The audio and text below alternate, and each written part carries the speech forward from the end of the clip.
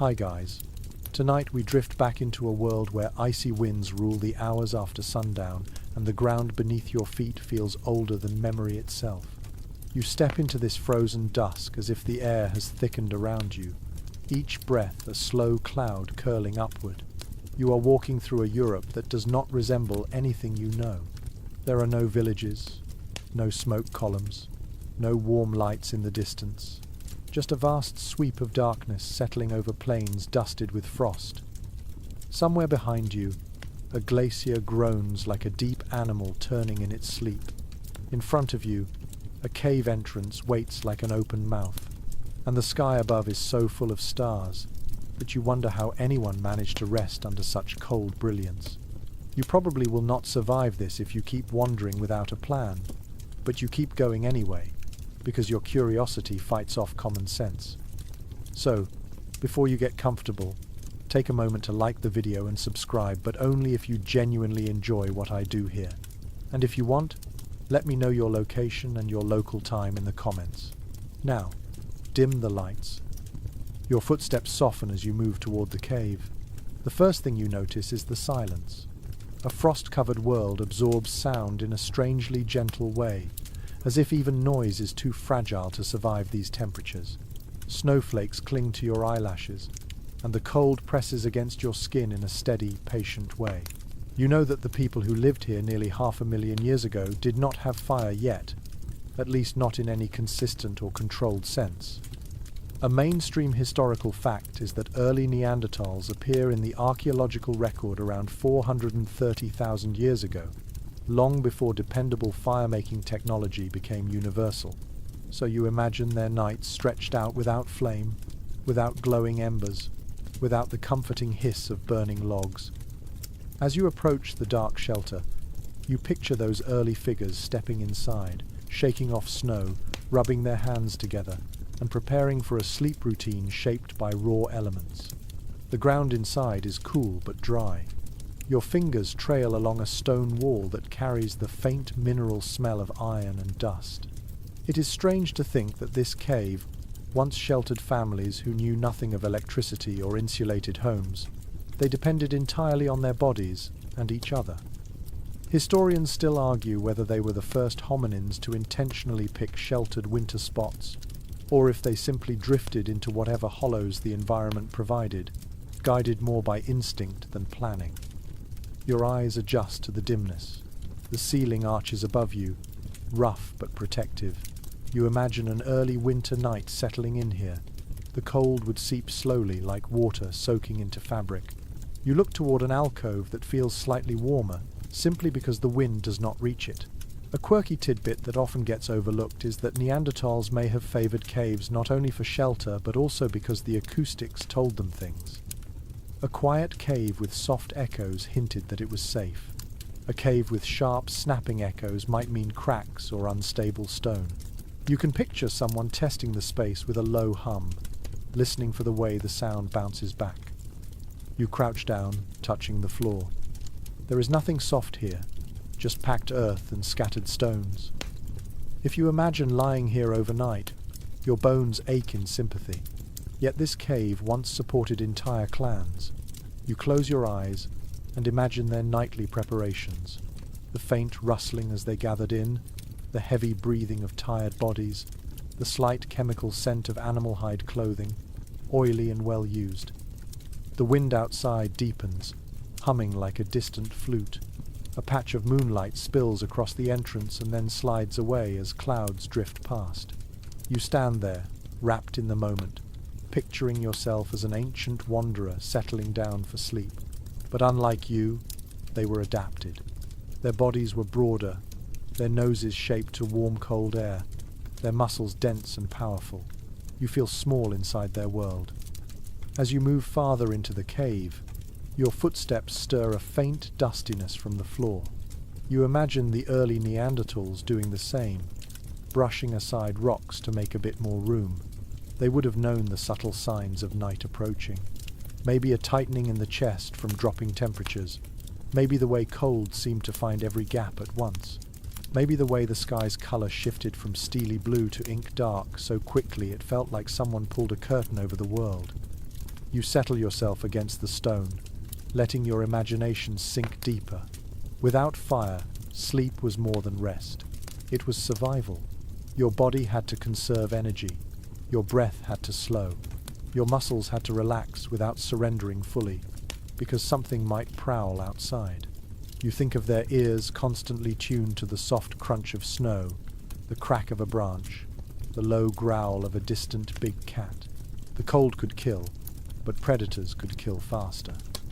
It is mesmerizing to think that this same night repeated itself for hundreds of thousands of winters. You picture the sky shifting through ages, continents shifting in climate, the ice sheets growing and shrinking, while generation after generation return to caves like this one. You sense their ordinary nights, the ones that never made it into textbooks. Parents soothing children with quiet murmurs. A young hunter returning exhausted from tracking prey. Someone injured being carried carefully to a soft spot against the wall. You let that image rest in your mind like a gentle rhythm. You look up again at the ceiling. The stone above feels endless, like a frozen wave held in place. You imagine a Neanderthal tracing cracks in the rock with their eyes, learning the patterns by heart. Knowing these patterns might have been a simple comfort or even a quiet ritual. And you realize that humans today still do this. We lie in bed watching shadows move across the walls. Some things refuse to change across the millennia. The air cools as you breathe out. You rub your arms, feeling the limitations of your modern body. But as you picture their world more clearly, something inside you begins to shift. You stop thinking of them as primitive. You begin to feel the depth of their endurance, the sheer stubbornness it took to survive 400,000 winters without dependable flame. You step deeper into the quiet, letting the story pull you forward. You let the darkness cradle you as you step farther into the cave, where the air grows still and the stone walls gather your breath like a quiet companion. The world outside feels brittle and sharp, but inside these natural chambers the atmosphere changes. You sense how the cold softens just enough to let your shoulders drop. The cave becomes a buffer, not warm exactly, but sheltered in a way that feels strangely kind. You imagine Neanderthals discovering this same transition, stepping out of punishing winds and into this muted calm. The place is not inviting by modern standards, but compared to the icy plains, it might as well be velvet. A mainstream historical fact is that many known Neanderthal sites are in limestone caves across Europe. These caves were not accidental shelters. Some remained occupied for centuries at a time, reused by generations who recognized their advantages. You can almost feel the limestone absorbing your body heat, holding it in gentle suspension instead of letting it drift away. Even if the temperature stays low, the stone buffers the harsh swings that happen outside. In deep winter, that difference could mean life. You run your palm along one wall. The surface is cool but not freezing. It has a faint powdery feel that leaves a film on your fingertips. You picture ancient hands doing the same, maybe testing for moisture, maybe checking for loose fragments, maybe just resting against something solid during a moment of quiet. Historians still argue whether Neanderthals chose caves strategically or simply followed migratory routes that happened to pass through regions full of good geological formations. You imagine both possibilities. Either way, once someone stepped inside on a winter night, the logic would become clear fast. The darkness thickens as you move deeper. In a world without artificial light, sight gives up quickly, and your other senses surge forward. You hear your own breath louder. Your footsteps crunch softly on tiny fragments of broken rock. The cavern smells faintly of damp minerals mixed with the ancient dust that slumbers here. Now imagine lying down in this space without fire, without blankets, without anything except the clothes on your body and the heat of the people beside you. Your ears would take over. You would listen to the walls for hints of weather shifting. A low whistle from the entrance might mean wind picking up. A muffled drip could warn of melting ice and unstable ceilings. A quirky tidbit comes to mind as you walk. Researchers studying prehistoric caves sometimes note the surprising acoustic properties of certain chambers. Some areas carry sound in a warm, rounded way, while others echo sharply.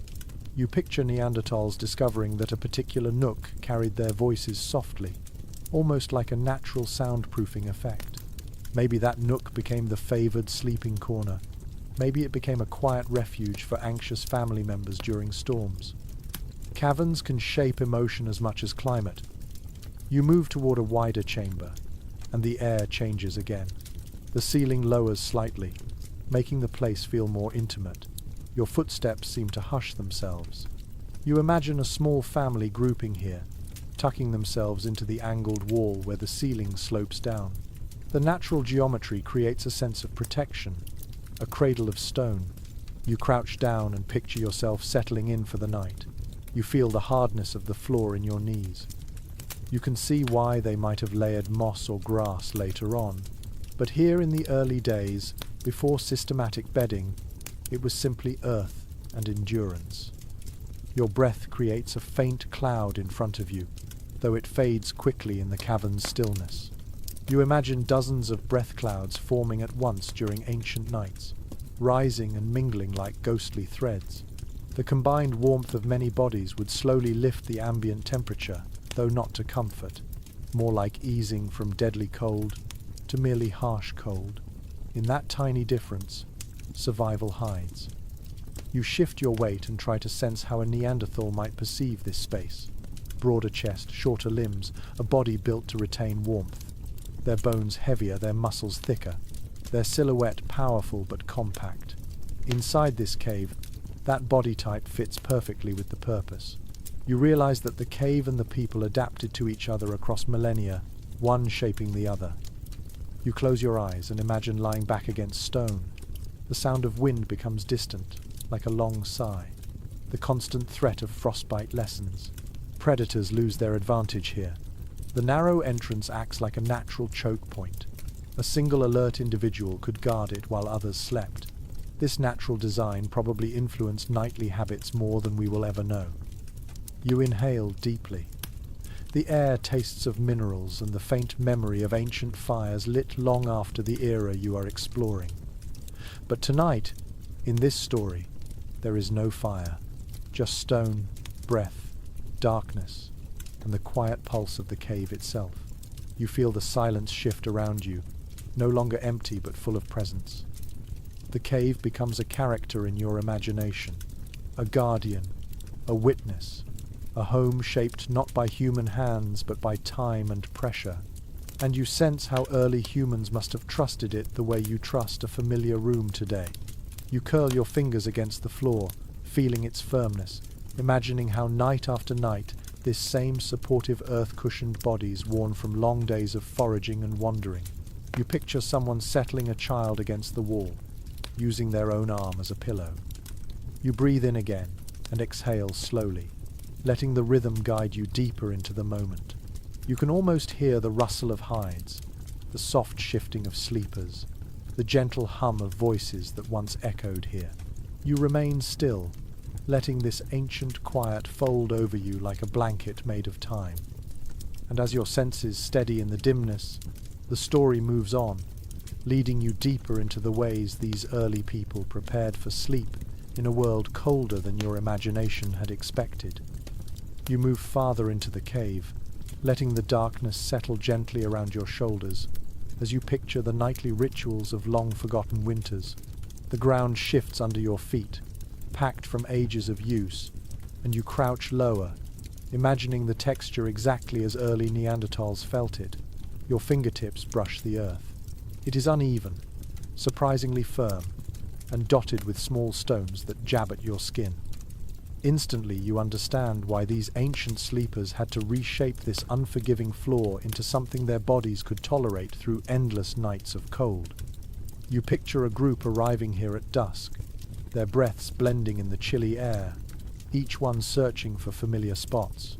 They would scoop away jagged rocks, smoothing the earth through a simple routine performed thousands of times.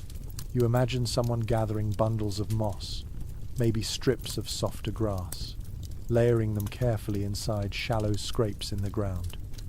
Archaeologists have found evidence in some prehistoric caves that early bedding layers built from vegetation compressed under weight over time. That insight alone tells you that the people living here did not simply collapse onto bare stone every night. They shaped their sleep environment with a quiet practicality that carried them through bitter seasons. Your hands explore a shallow depression in the cave floor. You imagine how a few handfuls of dried moss could soften it. Maybe someone chose this particular nook because the stone above formed a gentle tilt that shielded them from falling frost. Perhaps an elder settled here, leaning against the natural curve of the wall. Researchers sometimes mention that fossilized plant fragments have been found in bedding impressions, suggesting that Neanderthals layered materials not only for comfort but also to reduce insects. That detail adds a strangely domestic note to this cold world. You shift your weight and picture a line of sleepers preparing for rest. The soft rustle of dried vegetation, the scratch of moss, the muted thump of bodies settling down. No firelight flickers here. Only the faint glow that creeps in from the cave entrance, pale and watery. Your eyes catch the shape of a distant opening, the winter sky barely visible. Still, even this faint light would have been enough for individuals well adapted to night vision. They would have known how to read their surroundings by shadow more than sight. Some specialists discuss the possibility that Neanderthals preferred certain bedding arrangements because they helped regulate temperature. Plant layers trap air, acting like simple insulation. Imagine lying here in deep winter. Without that insulation, the cold would seep straight from the stone into your bones. With it, your body retains precious warmth. You feel this truth as you sit now, sensing how even a slight cushion could change the entire experience of the night. A small, unusual detail often mentioned in cave studies crosses your mind. In some sites, traces of specific aromatic plants have been discovered mixed with bedding remains.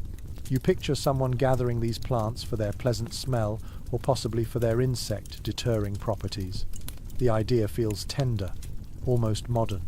Even in a world of predators and glacial winds, someone wanted the place where they lay their head to feel soothing. As you settle deeper into your imagination, the cave becomes fuller, more alive. You hear the soft shifting of bodies adjusting their moss pads. You sense the tiny vibrations of movement as someone arranges a few stones into a kind of boundary, a marker of personal space. Cold air drifts lightly above the ground, and the thick bedding works as a barrier, a quiet guardian against the freezing stone. Experts sometimes debate how frequently these bedding layers were replaced. Some theories propose that groups refreshed them regularly to avoid pests and maintain comfort, while others suggest that replacements were only seasonal. You can picture both possibilities as you run your fingers through imaginary fronds of ancient moss. If nights grew harsher, perhaps thicker layers were added. If food was scarce and energy had to be conserved, perhaps the bedding was left as it was until spring made gathering easier. You stretch your hand toward the wall, feeling the faint texture of mineral build-up.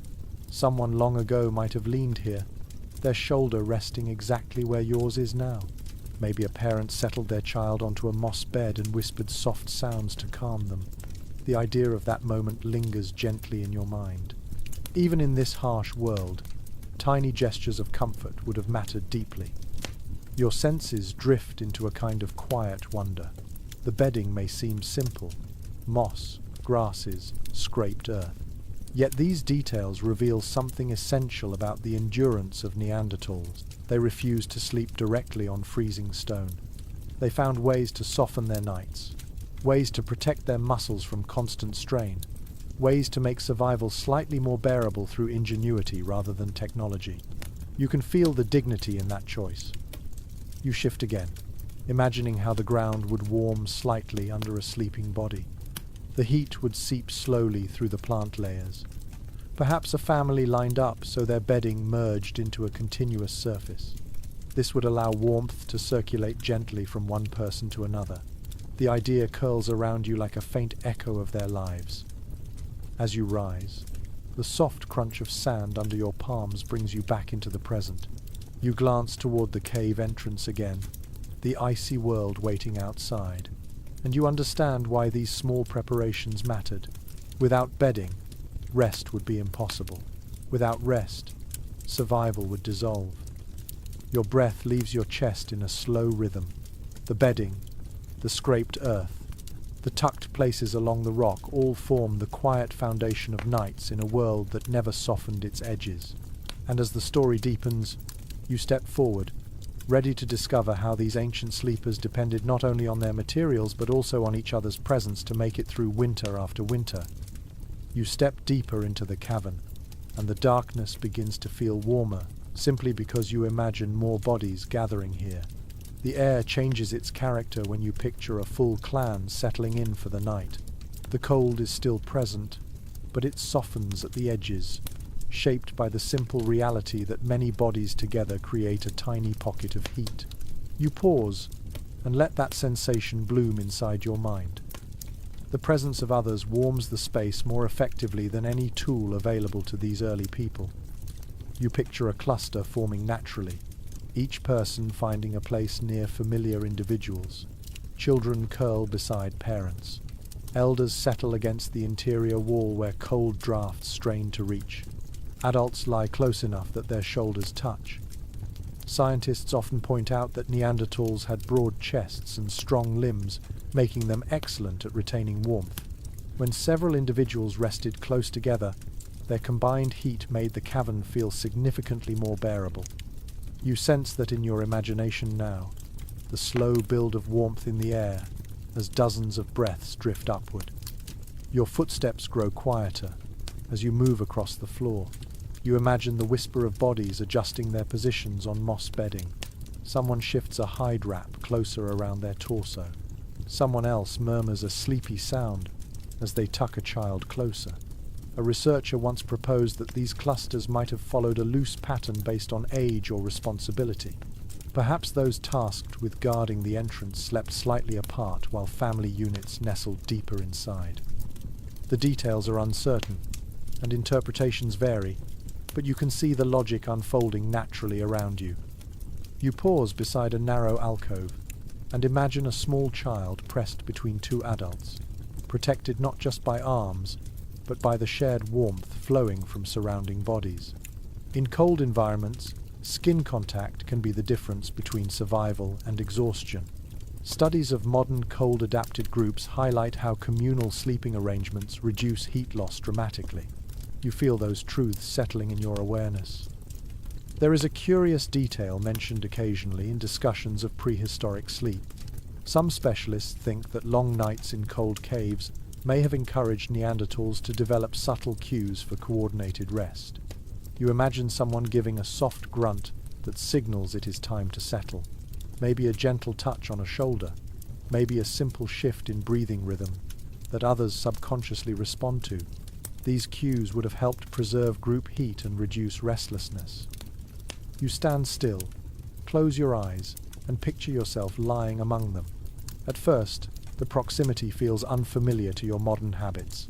But as the cave air chills your skin, the thought of clustered warmth becomes deeply appealing. You feel a body on your left shift slightly, its heat radiating toward you. On your right, another sleeper inhales slowly, their breath warming the space between you. Over time, the cold becomes less punishing. The shared warmth creates a sense of calm that feels ancient and universal.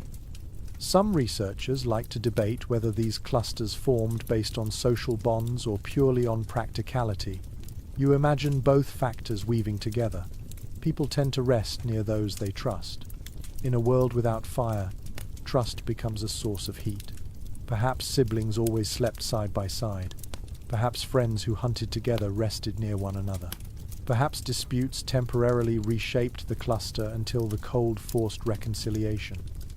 You kneel, placing your palm on the ground, and you feel the imagined warmth rising. It is faint but consistent. Real bodies would have produced so much more heat than this.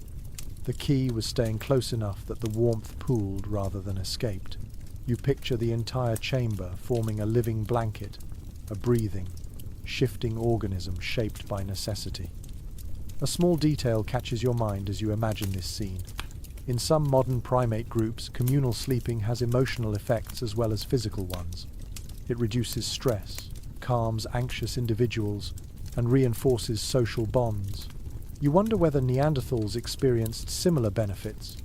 It is easy to imagine someone relaxing more fully when surrounded by familiar bodies. The slow, steady hum of shared sleep sounds like a natural lullaby. You shift your focus to the entrance of the cave. A single figure might be resting there lightly, perhaps the designated watcher for the first half of the night. This person would stay half awake, listening for predators, snow shifts, or hostile conditions. Their position slightly apart from the cluster makes sense. They need quick mobility more than deep warmth. Even so, when their turn ended, they would return to the group, pressing into the circle and absorbing the heat that welcomed them back. The warmth of group sleep unfolds in your mind like a quiet revelation. It reminds you that before technology, before tools, before anything resembling fire control became consistent, human ancestors already knew how to survive nights that seemed impossible. They used their bodies, their closeness, their instincts. The beauty of that simplicity moves through you like a soft current. You glance once more at the walls, imagining finger marks smudged into the stone over centuries. Families must have gathered here through countless winters, repeating the same movements, finding the same warmth, breathing the same chilled air. You imagine the tender moment when someone wrapped an arm around their sleeping partner, not out of romance but out of survival. That closeness held them through nights that would have defeated any solitary sleeper. Your breath drifts into the chilled air, and you feel the story drawing you forward. The circle of bodies fades gently behind you as you continue deeper into the ancient night, ready to see how clothing and hides would soon become their next shield against the freezing world. You walk deeper into the cavern, and imagine the air thickening with the scent of tanned hide and damp woolly fur. The cluster of bodies you left behind slowly fades from your thoughts, as you begin noticing how textured this cold world becomes once clothing enters the story.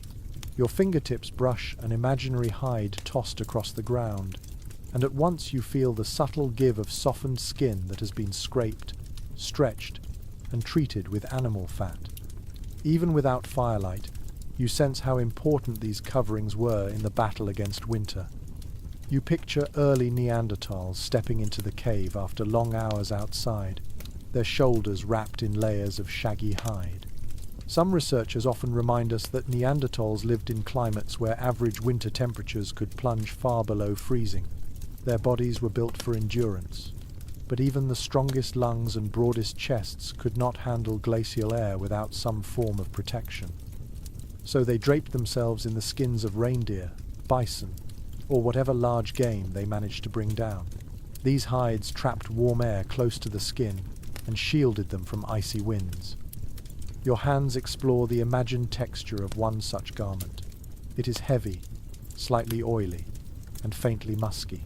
You can almost feel the chill lingering on its outer surface from the journey home. Once inside the cave, the hide becomes a second wall of warmth.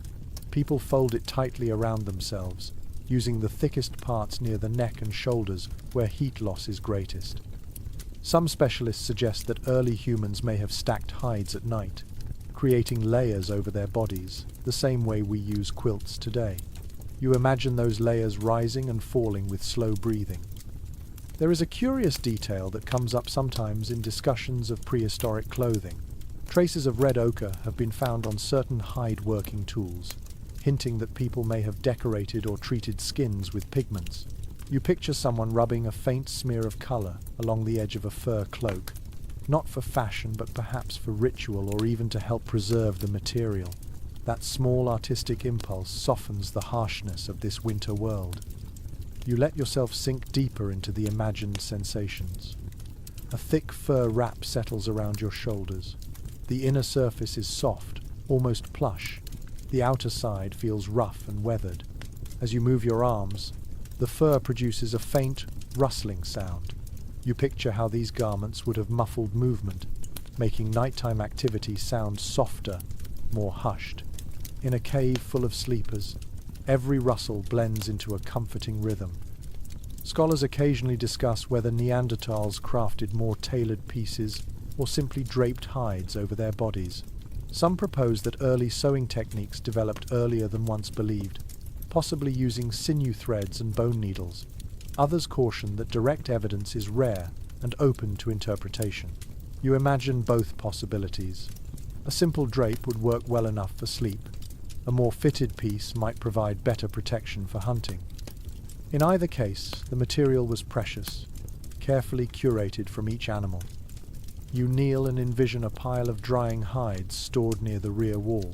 They carry the faint scent of smoke from distant periods when fire use became more stable, but in your present story, they are cured using colder techniques.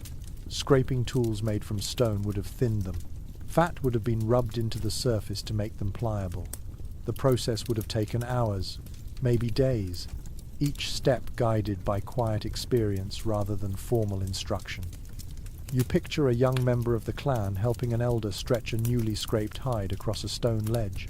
Their fingers trace long lines, smoothing wrinkles. The hide shines faintly in the dim light from the entrance. Even without modern tanning chemicals, fat and repeated working can soften skin into a flexible covering. You feel a sense of admiration rise in you. These people created functional clothing without fabric, thread, or metal tools. They shaped survival with determination. A particularly interesting observation that appears in some studies is the possibility that Neanderthal garments were layered in specific ways. Thick fur on the outside, softer inner skins next to the body. This layering acts almost like primitive insulation. You try to sense how that combination feels. Warmth builds quickly, even in the coldest air. Movement becomes slightly heavier, but the trade-off is safety. You imagine lying down to sleep with all these layers still on your body. Even if you remove the outermost pieces, the inner hides remain. You tuck one edge under your hip, fold the rest across your chest, and feel the weight pressing down like an anchor against the night. The fur traps your breath, turning cold air into gentle warmth. Over time, this heat spreads outward, until even the cave floor begins to feel less hostile. You listen to the imagined rustles around you. Someone adjusts their fur. Someone else rolls to the side, their hide sliding softly across the moss bedding. The sound becomes a tapestry, weaving warmth and movement into one steady pattern. In this world, clothing is not merely protection. It is comfort, identity, memory.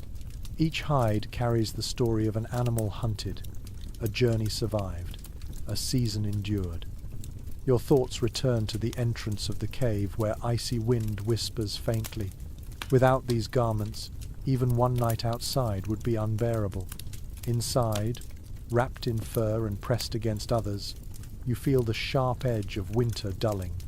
The cold still exists, but it no longer wins. You understand more clearly how these early humans survived without fire for so long. They used every tool nature offered, shaped it with skill, and trusted the warmth they created together.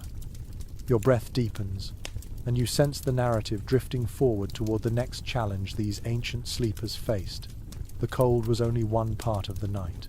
The air itself carried dangers if not managed carefully. And so, with the weight of fur still on your shoulders, you move gently toward the topic of airflow and the silent tricks that kept these caves livable. You step farther into the depth of the cave, feeling the air shift against your cheeks as you imagine a colder wind pushing through the entrance. Even wrapped in fur and surrounded by imagined sleepers, you cannot ignore the way the cave breathes. The space inhales and exhales as weather changes outside, sending invisible currents curling along stone corridors. You pause and feel that delicate flow pass around you.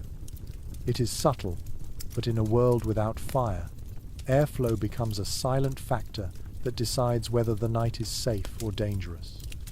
You picture a Neanderthal stepping into this same chamber thousands of years ago, pausing exactly as you are now. They would angle their face slightly, letting their skin sense what their eyes cannot see. A surprising insight that researchers often highlight is that caves are not sealed places. They ventilate themselves through cracks, hidden shafts, and changes in pressure. For someone who slept here every night, these patterns would have been familiar, almost comforting. You move closer to the wall and crouch, placing your hand a few inches above the floor. The air is colder here. You stand and feel it become warmer near your chest. That simple difference tells you the cave has layers of airflow. Early humans would have sensed this too. They likely chose sleeping positions based on these invisible currents.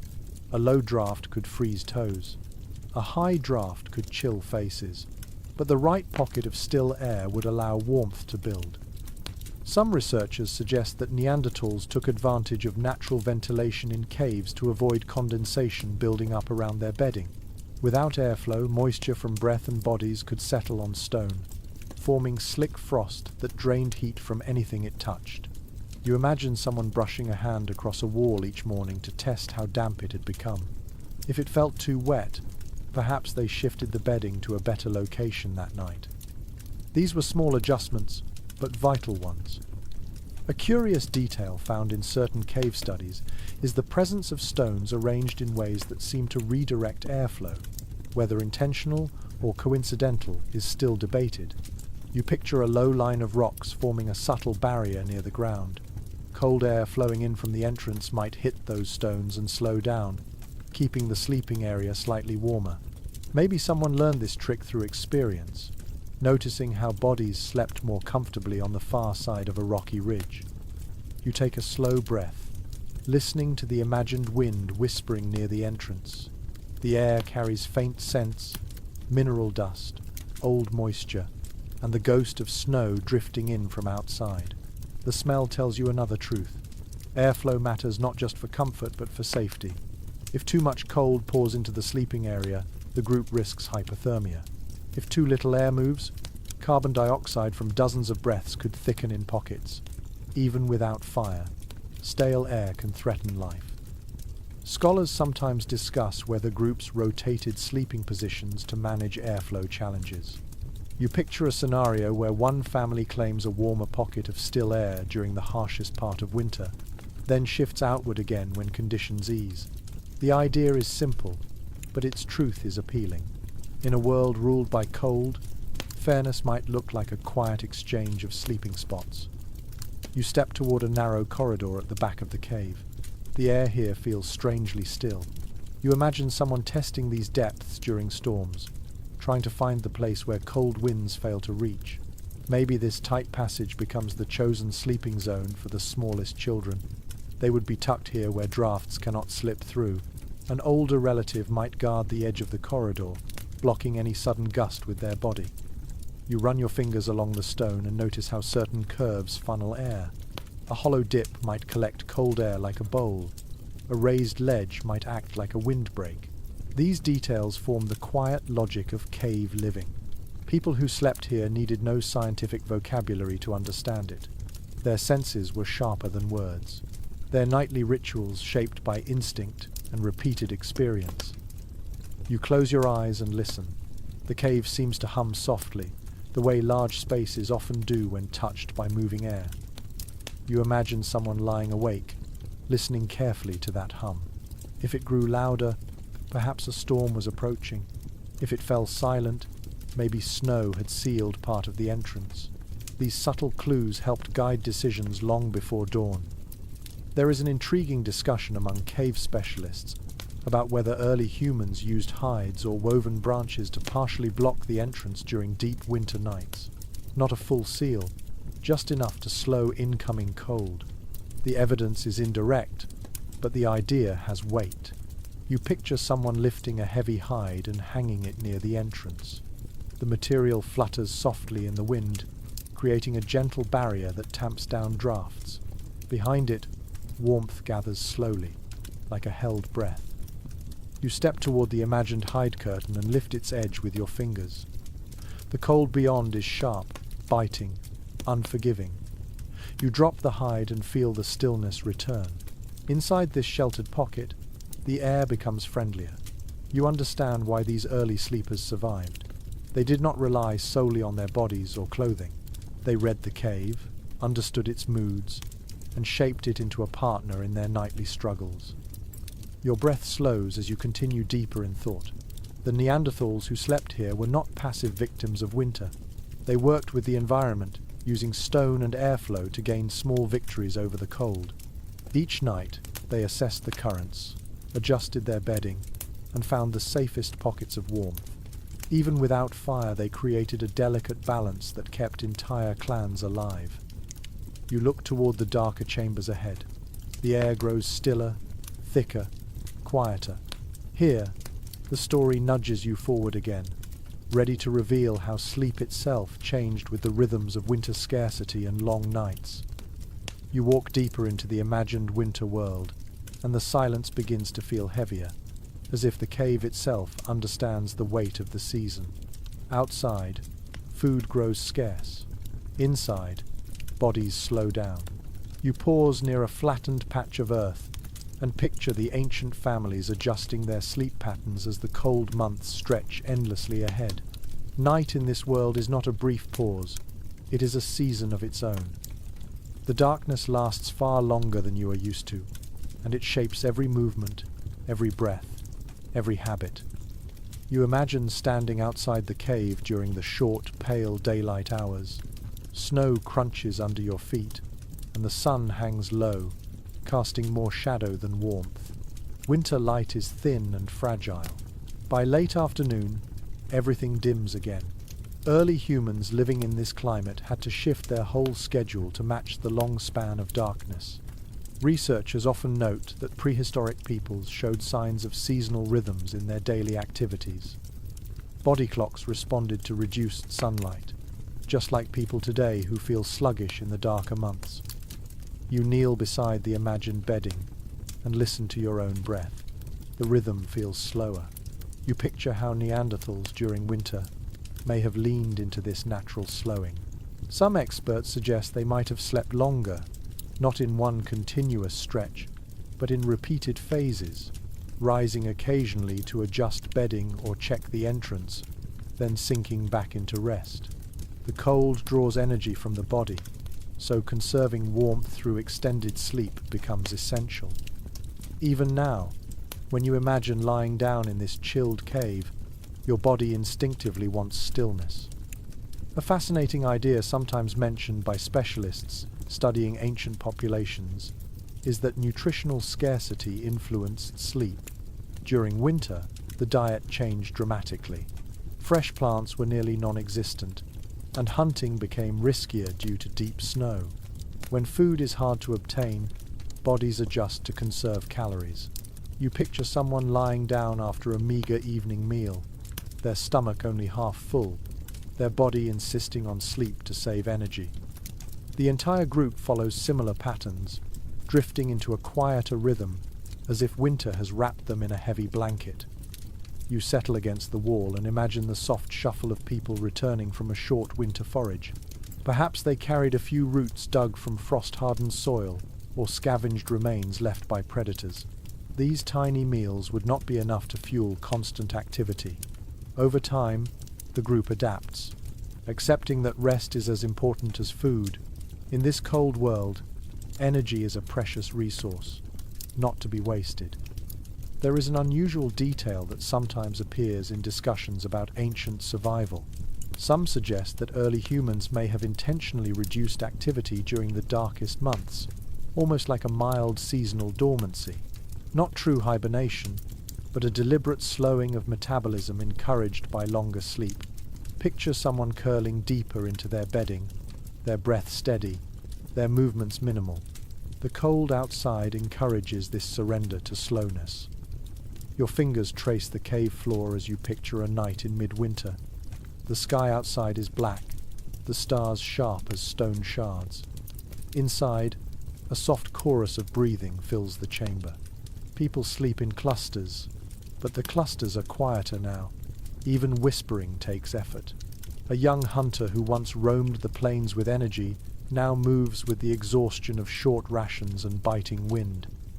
You imagine them lying down and falling asleep almost instantly, their body grateful for the chance to stop burning precious calories. Some specialists discuss whether winter foraging created predictable patterns. Perhaps the group ventured out only during certain hours, when light was strongest or when winds briefly softened. These predictable windows shaped when people slept. You imagine a pattern forming. Wake during the faint midday glow. Forage. Return by early dusk. Settle into sleep. Wake again briefly around the middle of the night. Adjust bedding. Listen for predators. Drift off once more. The cycle repeats, guided entirely by necessity. You pause and let your ears tune into the imagined soundscape. You hear soft rustles as someone shifts, maybe rearranging their hide covering, the muffled crunch of a body rolling onto its side, the faint sniff of someone with a winter cold. These noises feel steady, familiar, grounding.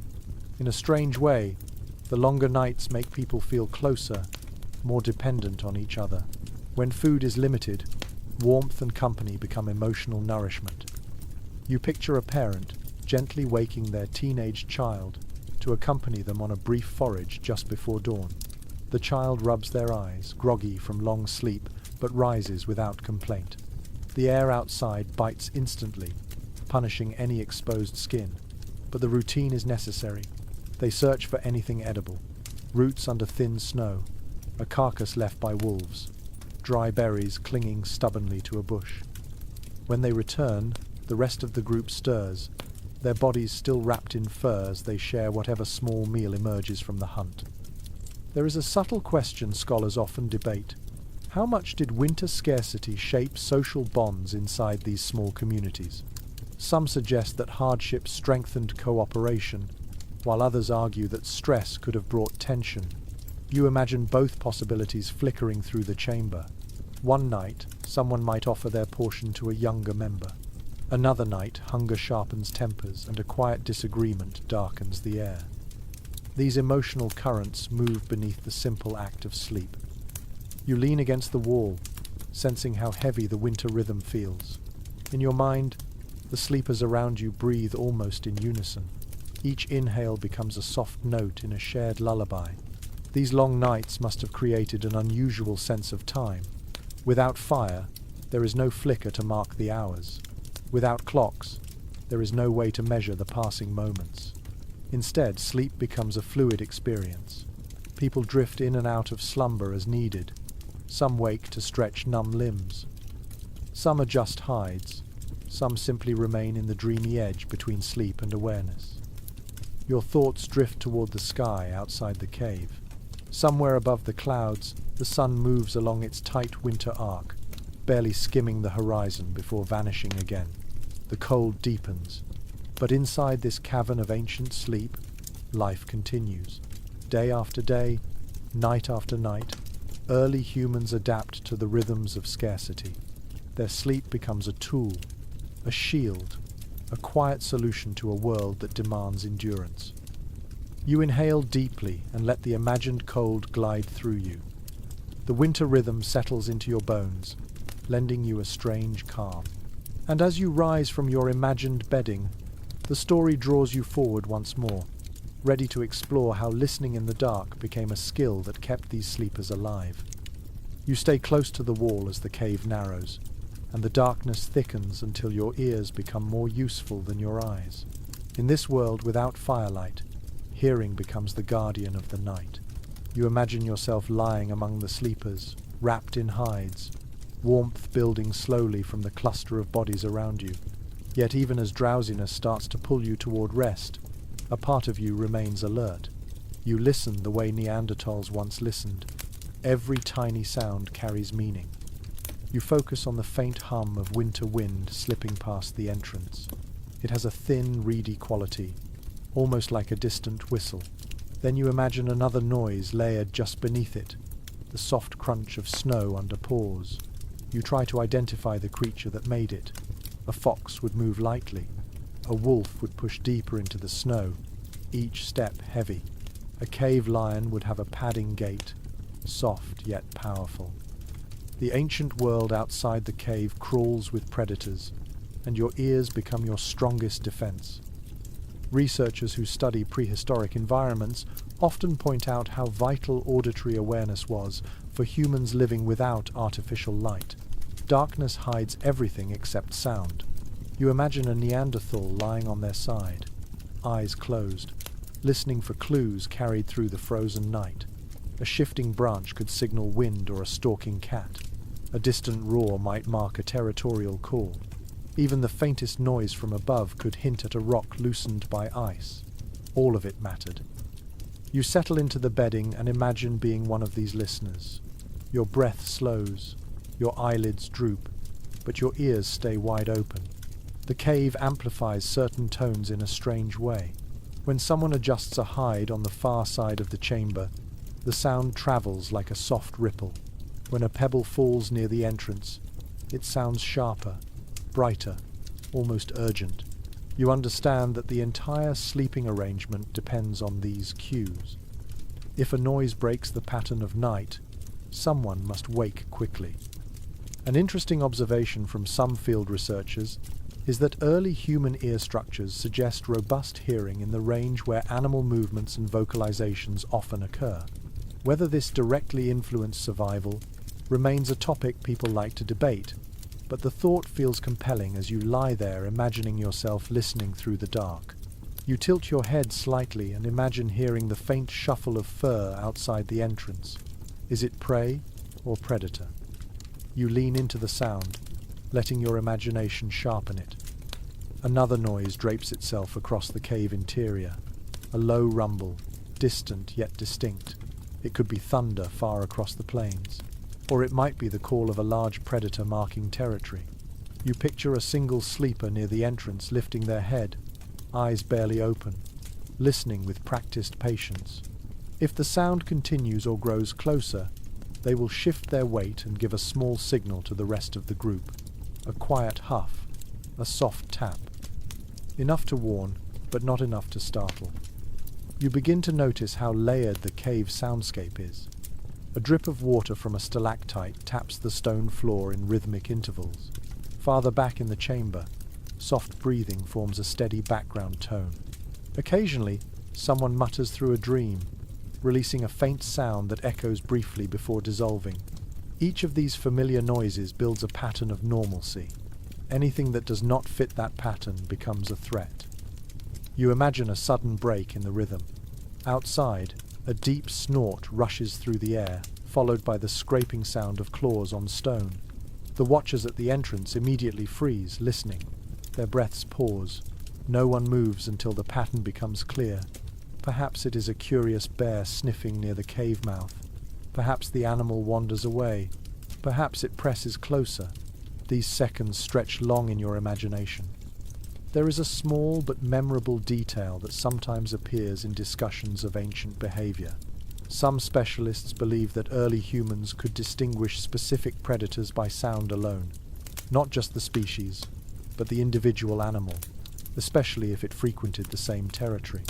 Imagine sleeping through a winter night and recognizing the familiar rumble of a prowling cat you have heard for months.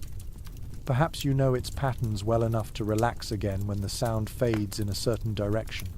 That kind of connection between human and environment feels almost instinctive. You shift your body slightly and imagine the cold air sneaking through the entrance. It carries scents and also carries sound. Every gust has its own voice. A strong blast whistles sharply along the stone. A softer draft murmurs like a sigh. These sounds help you understand what moves outside, even without seeing anything. In a world without fire, the night depends on these invisible clues. You picture someone lightly tapping another sleeper's shoulder. Not enough to wake them fully, just enough to adjust their position. Perhaps the shift helps block a draft. Perhaps it places a stronger listener near the edge of the group. These tiny gestures build a quiet language spoken entirely through touch and sound, a language that keeps everyone alive. Some specialists enjoy discussing whether Neanderthals developed distinctive nighttime communication sounds. Not words, but soft clicks, hums, or throat tones used to signal danger, reassurance, or simple acknowledgement. You imagine lying there, half asleep, hearing a low rumble from the watcher that means all is clear. The sound drifts across the chamber and settles the group like a lullaby. You listen again to the imagined outside. The night has shifted. The wind grows calmer. No heavy footsteps approach. The world seems to hold its breath for a moment, giving you space to rest. You sink a little deeper into your hide covering and feel the cave cradle you in its quiet body. As your breath steadies, you sense the next part of the story waiting. The night is not only for listening, it is also a time when roles shift and duties rotate. Someone must guard, someone must sleep, and the balance keeps danger at bay. You rise slowly from the bedding in your mind and move deeper into the ancient rhythm of shared vigilance. You settle near the imagined mouth of the cave, where cold air brushes lightly against your face and the night stretches outward like an endless sheet of black silk. The warmth of the clustered sleepers lingers behind you, but here at the threshold, the world feels sharper. You can almost sense why early Neanderthals appointed quiet guardians to rest in this zone. A night watch is not about staying fully awake. It is about resting lightly, sleeping in shallow waves, and being ready to stir at the first unusual sound. You lower yourself to the ground, wrapping your imagined hide tighter around your shoulders. From here, the breaths of the sleepers fade into a soft background hush. Before long, your eyelids begin to sag, but you train your ears on the distant open world.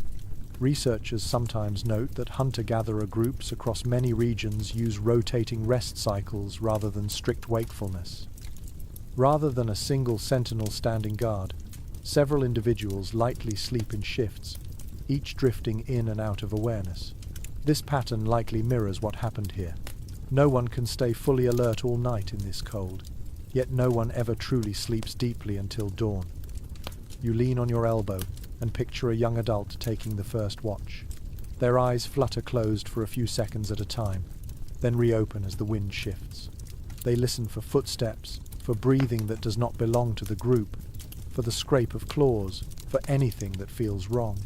They do not need firelight to track danger. Their ears do most of the work. Their nose helps too, picking up scents drifting on the cold breeze. There is a quiet idea that some specialists discuss. Perhaps the watcher chose certain positions that aligned with natural acoustics inside the cave, allowing sound to travel more clearly to them. Some corners amplify distant noises, others muffle them completely. You imagine a watcher leaning slightly into one particular angle of rock, listening for far-off signals carried in by the wind. A small shift in posture might mean hearing the difference between a scavenging hyena and a prowling lion. You begin to feel what this position demands. Your body wants sleep, but your senses stay open. Your muscles relax, yet your mind stays tuned to the landscape outside. You hear the wind, a faint rustle, a shifting tone in the night. You strain to interpret it. For the watchers of ancient winters, these moments were routine. Their nights were made of attention and drifting rest, a rhythm that kept the group safe without exhausting any single individual. You imagine a gentle touch on your shoulder. The next watcher quietly crouches beside you. No words needed. You shift your body, sliding away from the entrance toward the warmer core of the sleeping group. They take your place, shoulders squared toward the darkness. You can see how these rotations become a nightly ritual. Each person carries a share of the burden. Each one watches for a time. This exchange builds trust and preserves energy. A curious point that sometimes emerges in discussions of ancient vigilance is the idea that watchers used subtle breathing cues to alert the others. Not a loud call, but a slight change in rhythm. If danger approached, their breath might quicken or catch. The sleepers closest to them would sense it subconsciously, stirring just enough to evaluate the threat. You picture a mother lightly pressing her child closer after hearing such a signal. No panic, no shouting. Just a soft adjustment that shifts the entire cluster into readiness. As you imagine moving back toward the center of the cave, you feel how different it is from the watcher's position. The air is warmer, the sounds softer. The bodies here sleep more deeply. You lie down beside them and feel your own attention dissolve into drowsiness. Someone else now listens for danger. Someone else guards the thin doorway between the living space and the winter night. You roll onto your side, adjusting your hide so it fits snugly against your chin. The soft breathing of the group surrounds you like a shield, The steady rhythm assures you that everything is calm for the moment. You think of the watcher behind you, sitting in half light, their eyes reflecting faint stars from outside. The cold nips at their hands, but they hold position, knowing that warmth waits when their shift ends. Scholars often ponder whether watch rotations followed a predictable order or shifted based on circumstances. Perhaps hunters who were more familiar with predator behavior took the first hours. Perhaps elders took short, early shifts because their sleep was already light. Perhaps parents alternated based on their children's rest. It is easy to imagine these decisions happening silently, shaped by instinct and experience rather than spoken rules. You feel another wave of sleep tug at you. In your mind, you sense the watcher quietly rising, stretching their legs and scanning the horizon. The wind shifts. The sound changes. For a moment, their shoulders tense. Then they relax. Whatever stirred outside has moved away. They remain alert, but no alarm is needed. That small moment of evaluation is the essence of their duty. You close your eyes and let the scene soften. The entrance of the cave becomes a dim memory. The distant noises fade. For now, the night is peaceful. The watch rotation continues, allowing each member of the group to rest deeply while still maintaining a thin line of awareness between them and the frozen world outside. And as your drowsy mind sinks deeper into warmth, the story nudges you toward the next question. What if these ancient sleepers sometimes drifted into a state even more mysterious than light sleep? What if winter invited a deeper kind of stillness? You move away from the cave entrance, letting the imagined cold fade as you step into a quieter corner where the air feels thicker, almost heavier. Something about this stillness stirs a strange thought.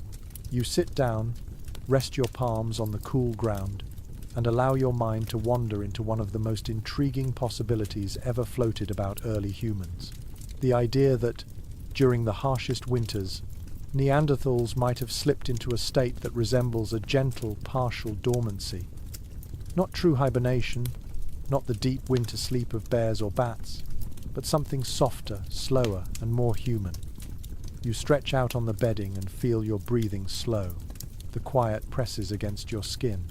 Outside, snow falls in thick, muffled sheets that bury sound. Days are short, nights unending. Food is scarce. Your body yearns for stillness. In these conditions, specialists sometimes propose that early hominins may have drifted into extended phases of low activity and long sleep. Not unconsciousness, not vulnerability, but a controlled surrender to the season. You imagine your body temperature dropping just a little, not dangerously, but enough to conserve calories. Your heartbeat slows into a calm rhythm. Your limbs feel heavy, relaxed, unwilling to move unless absolutely necessary. This idea often sparks lively debate among experts. Some argue that the metabolic adaptations required for such behavior would leave hints in skeletal remains. Others counter that evidence is subtle, difficult to interpret, and possibly lost to time. You rest your head back and feel the allure of the theory settling around you like a thick blanket. Picture a Neanderthal in midwinter. They curl into a tight ball, knees close to the chest, wrapped in thick hides. Their breath comes slow and steady. They remain aware enough to respond to danger, but their body stays in a deeply restful mode. They might sleep for long stretches, waking only briefly to adjust position, check on family members, or nibble on stored food. As you imagine this, you feel the heaviness of winter sinking into your own muscles. A small but intriguing detail sometimes brought up in this context involves bones found in certain prehistoric populations that show stress markers similar to those seen in animals that undergo seasonal dormancy. Whether this applies to Neanderthals is uncertain, but the possibility lingers deliciously on the edge of scientific imagination. You run your fingers along the cave floor, picturing ancient bodies resting here for hours, conserving every bit of energy. You inhale deeply, letting the air fill your lungs. Then you exhale slowly, imagining what it might feel like to drift into that quiet state. Not quite asleep, not fully awake, but resting in a twilight of consciousness where time stretches like soft clay. In such a state, hunger pains soften, the cold becomes less intrusive, and the mind drifts on gentle currents of awareness. You picture an entire group falling into this rhythm together. A parent wraps their child closely under a hide, both breathing slowly, both conserving warmth. Adults lie in clusters, shifting minimally. Elders, whose bodies crave warmth more intensely, are placed at the center of the group where shared heat is strongest. Movement becomes rare, speech becomes softer. The cave falls into a peaceful hush, broken only by breathing and the occasional shifting of fur. This imagined winter dormancy raises another question often discussed in academic circles. How did dreams change during these long stretches of half-sleep? In deep winter, with minimal stimulation, the brain might drift into patterns shaped by hunger, cold, and memory. You imagine someone dreaming of summer grass brushing their legs, or the sound of a river rushing under warm sunlight. In this deep rest, dreams become nourishment of their own, offering a temporary escape from the frozen world. You curl your fingers slightly, imagining the delicate balance between this restful state and the need to stay alert. Even while drifting near hibernation, the watchers might wake at the slightest unusual sound. The group might reverse positions occasionally, allowing those near the entrance to retreat deeper into warmth. All of this happens quietly, instinctively, shaped by a shared understanding of survival. You lean back and imagine what it might feel like after many days of this slowed rhythm. Your body would feel heavy but preserved, like a flame turned low. Your energy saved for the rare moments when movement became necessary. Outside, storms tear at the mountains, winds howl across the plains, and predators roam freely. Yet inside, you and your group remain protected in this slow, restful winter trance. There is something deeply human about this imagined state. Not quite animal dormancy, not quite ordinary sleep, something between the two.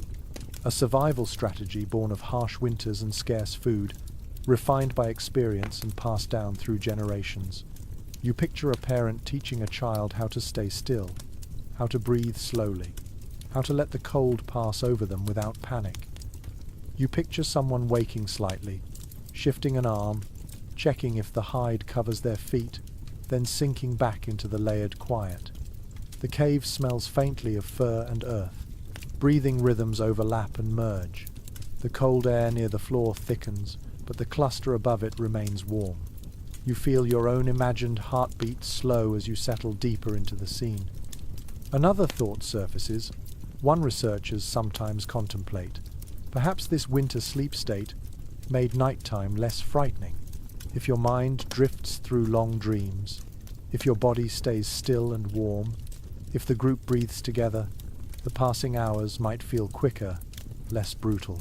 Winter becomes something endured in shared quiet, rather than something fought moment by moment. You listen to the imagined quiet, a soft drip of water, a faint hum from the cave walls. The cold outside cannot reach you here, not entirely. Not while so many bodies share the warmth of this sheltered space. You feel your own breathing settle into an ancient pattern. The idea of partial dormancy may remain unproven, but as you sit in the imagined cave, it feels real. It feels logical. It feels deeply possible.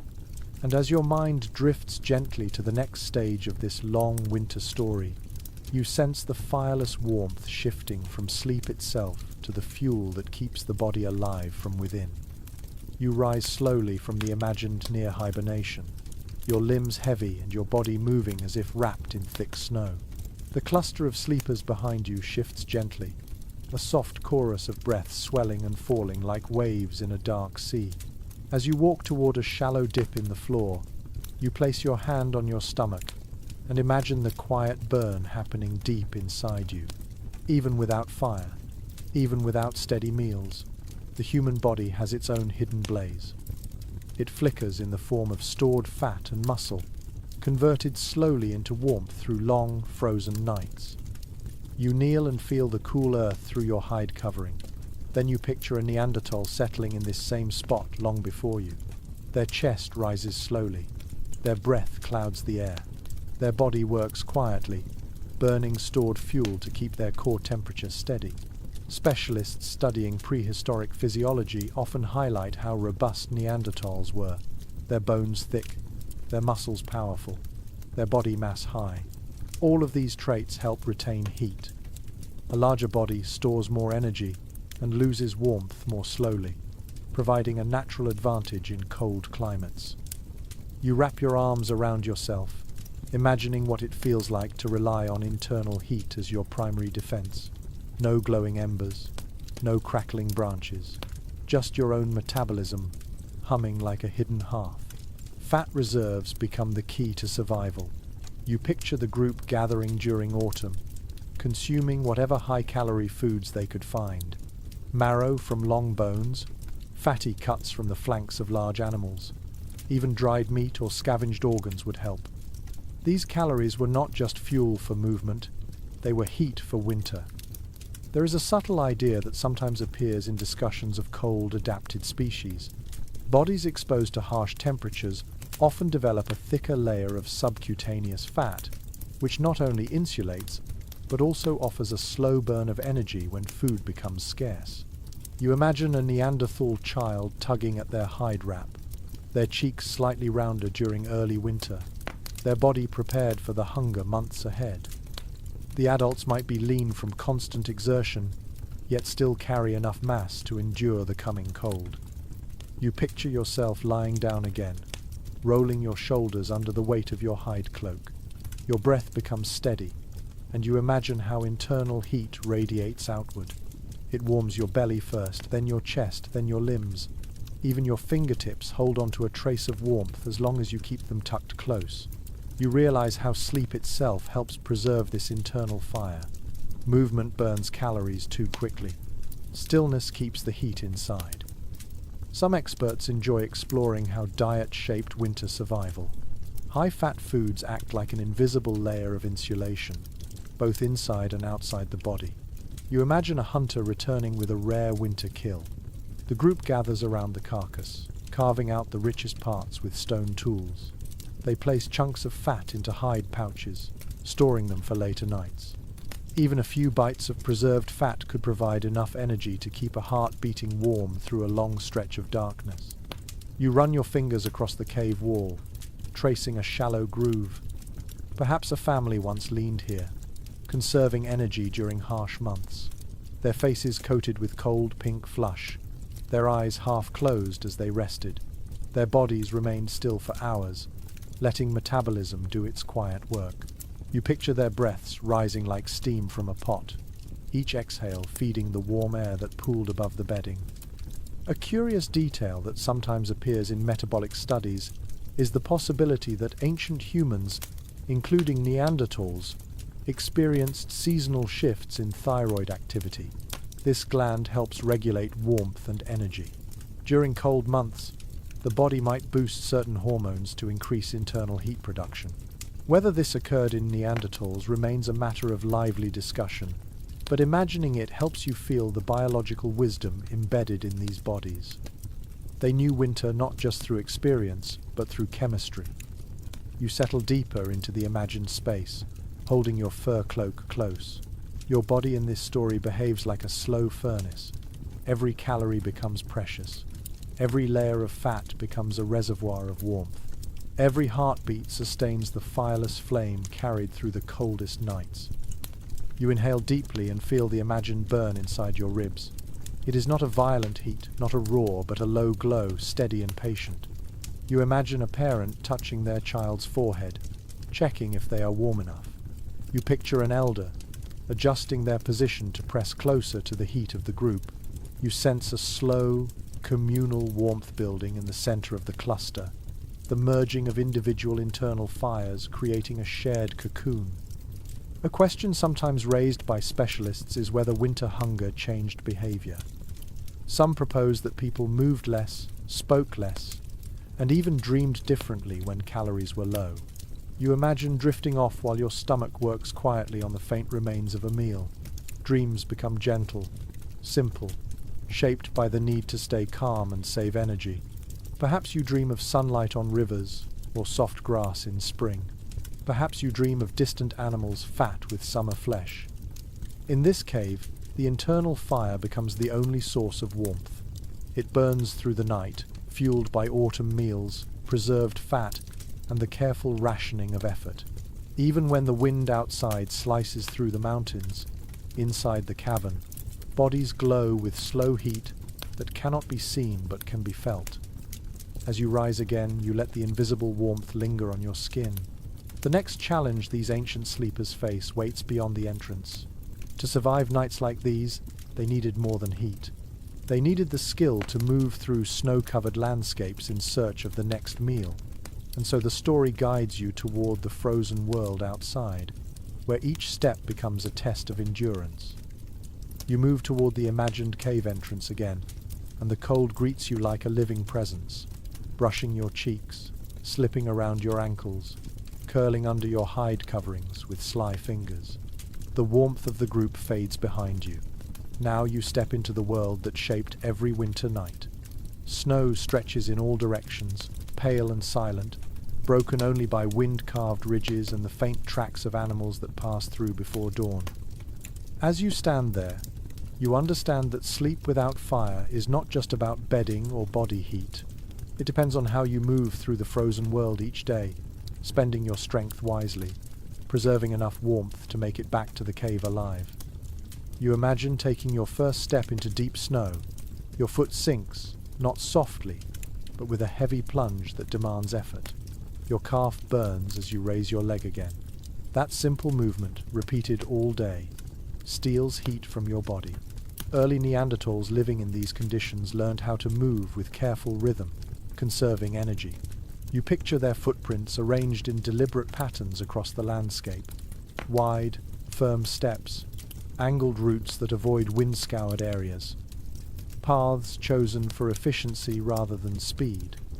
Some specialists studying trackways in ancient sediment note that step width and gait reveal a surprising adaptability to snowdrifts and rough terrain.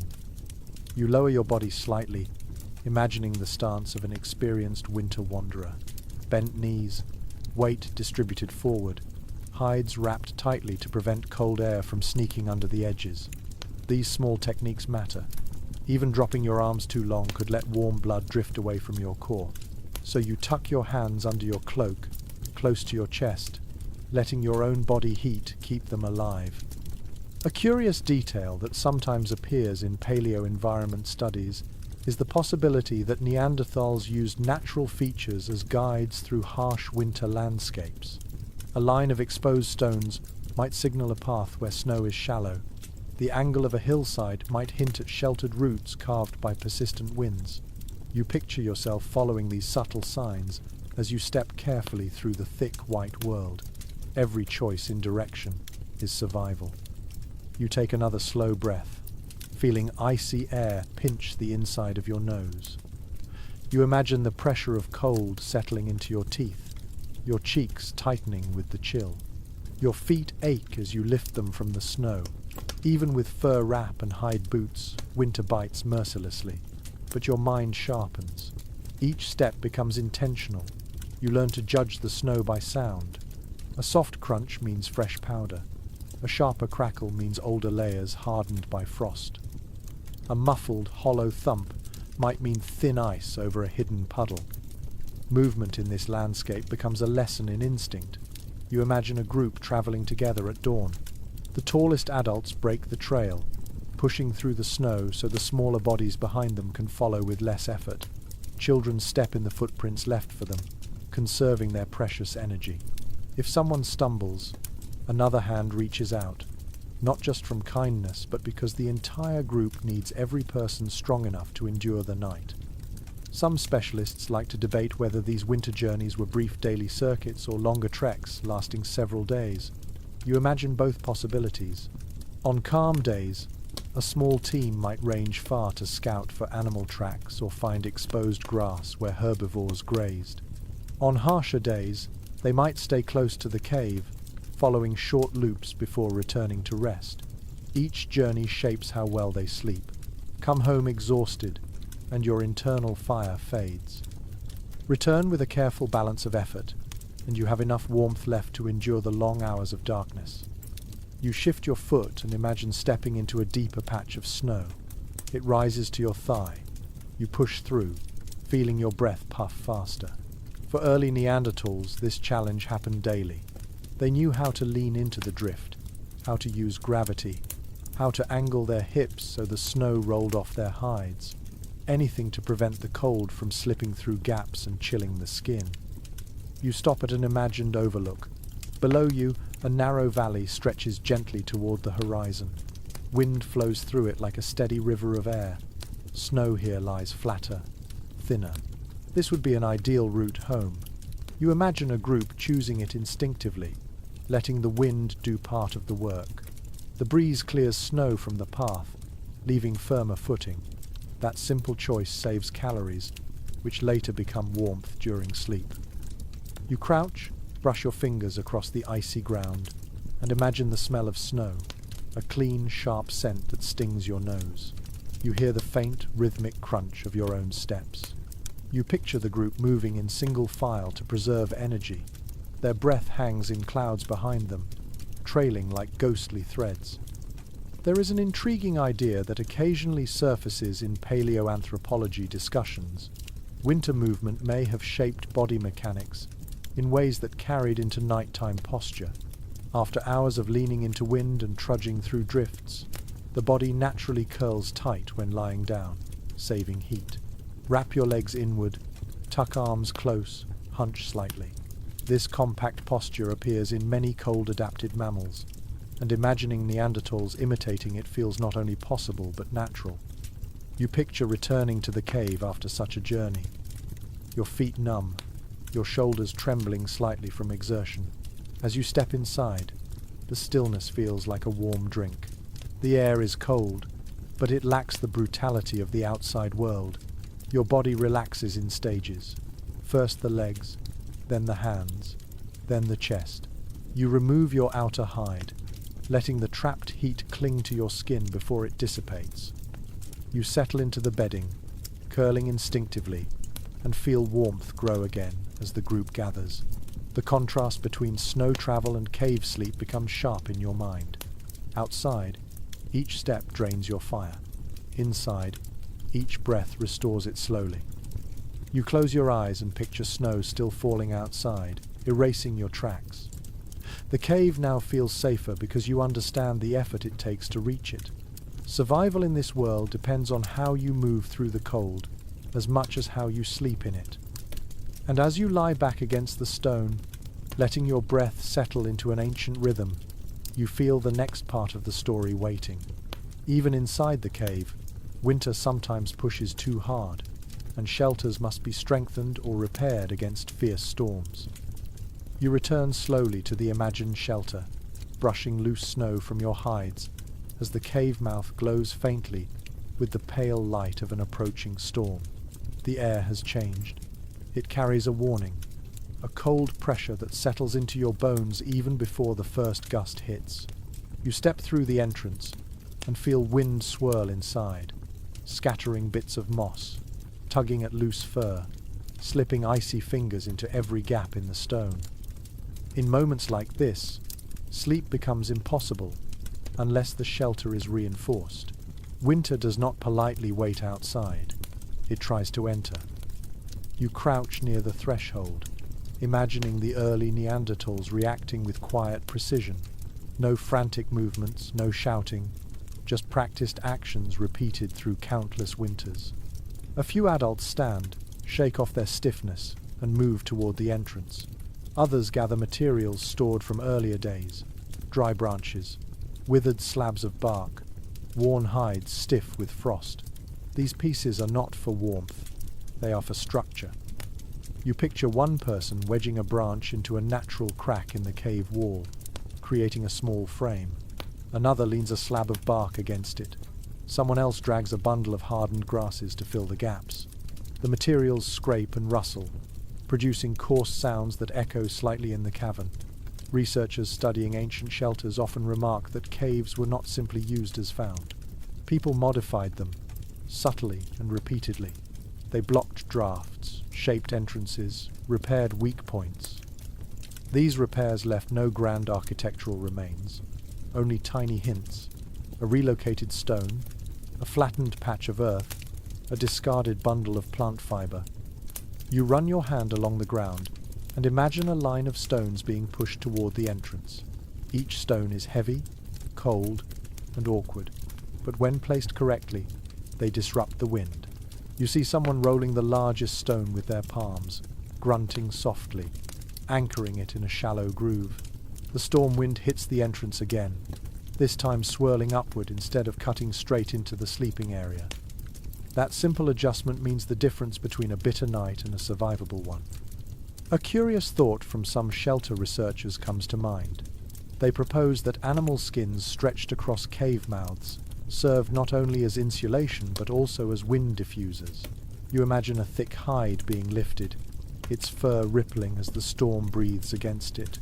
When secured by stones at the bottom and branches at the top, it becomes a soft barrier, not a full wall, but a trembling curtain.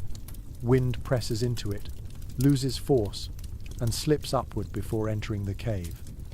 The hide flaps lightly, a rhythmic thud that blends with the sound of distant thunder. You stand close to the entrance and picture yourself holding one edge of that hide, while others secure the opposite side. Cold needles of snow sting your hands. Your breath forms thick clouds. Your arms shake from the effort. Yet the moment the hide settles into place, the cave transforms. The air becomes stiller. The deep interior feels insulated, embraced by quiet. You watch as someone kneels to press grasses into gaps between stones. Another person checks the upper ledge where snow might blow in. A child gathers stray twigs into a small pile that can serve as reinforcement if needed. These actions are not complicated, but together they create a patchwork of protection. In this world, perfection is not necessary. What matters is reducing the wind just enough to keep the sleepers warm. Some specialists like to discuss whether Neanderthals used snow itself as a building material. You imagine someone packing snow against the outside walls, letting it freeze into a crust. Snow, after all, can act as insulation when compacted properly. The idea feels logical as you picture the storm intensifying outside. A fresh layer of snow pressed against the cave entrance could muffle the wind further, turning the storm's fury into a protective blanket. Inside the shelter, the changes become immediately noticeable. The floor no longer trembles with gusts. The air calms. Sleepers stir, not from fear, but from the shifting sounds. You hear the muted flutter of the hide curtain, the faint rattle of branches, a soft hum as wind threads through the outer stones. These sounds become a strange lullaby, familiar and reassuring. They tell you that the storm is fierce, but you are sheltered. You move deeper into the cave and settle onto the bedding. The storm outside roars suddenly, sending a deep vibration through the stone. But most of the wind is now diffused. Only a gentle, chilled draft reaches you. You pull your hide tighter and feel warmth gathering again around your chest. You picture an elder checking the entrance one last time before sleeping. They run their hand along the anchored stones. They tug gently on the hide covering. They lean their weight against the branch frame to ensure it holds. Their movements are economical, shaped by decades of winter survival. Once satisfied, they lower themselves beside the others and let their eyes close. A quiet question often discussed in shelter studies rises to your mind. How often did these repairs need to be made? Some think storms forced nightly adjustments. Others suggest most caves retained their shielding structures for weeks at a time. You imagine both possibilities as the storm rages on. In harsh winters, vigilance becomes routine. In calmer seasons, maintenance slows. You listen to the storm again and feel the cave resist it. The shelter holds. The group breathes calmly. The bedding warms. Inside this fortified space, rest becomes possible once more. Even without fire, the combination of stone, hide, plant fiber, and human effort weaves a protective cocoon against nature's fiercest moods. As you lie back and let the storm's muffled roar fade into background noise, the story draws you onward. Winter is brutal, but the mind needs peace too. And so you drift into the quieter realm of small rituals and calming habits that soothe ancient sleepers before they close their eyes. You settle deeper into the cave, letting the echoes of the storm soften into a low rumble far behind you. The shelter is secure, the wind has been tamed, the bedding is arranged. Now the night shifts into a gentler phase, the quiet space where minds settle before sleep. Even in a world without fire, without soft beds or warm lamps, there are small habits that bring comfort. You lower yourself onto the mossy layer and imagine the subtle rituals Neanderthals might have practiced to soothe themselves before surrendering to rest. You close your eyes and picture someone smoothing the fur on their hide cloak, running their palm over the same patch again and again. A simple repetitive motion. Maybe it warms the hand. Maybe it calms the nerves. Maybe it marks the end of the day. Specialists who study ancient behavior often point out that soothing gestures appear across many species. Grooming, stroking, tapping. These small movements relax the body and focus the mind. You imagine an elder leaning against a rock wall, their fingers lazily tracing a familiar groove they carved unintentionally over the years. You shift your position and feel the stone behind you. It is cool, but not unfriendly. You imagine someone tapping the wall gently with 2 fingers, listening to the soft echo as if confirming that the cave is alive and watching over them. A faint rhythm forms. Perhaps they do it nightly. Perhaps it is a childhood habit carried into adulthood. The cave absorbs these gestures as patiently as it holds their warmth.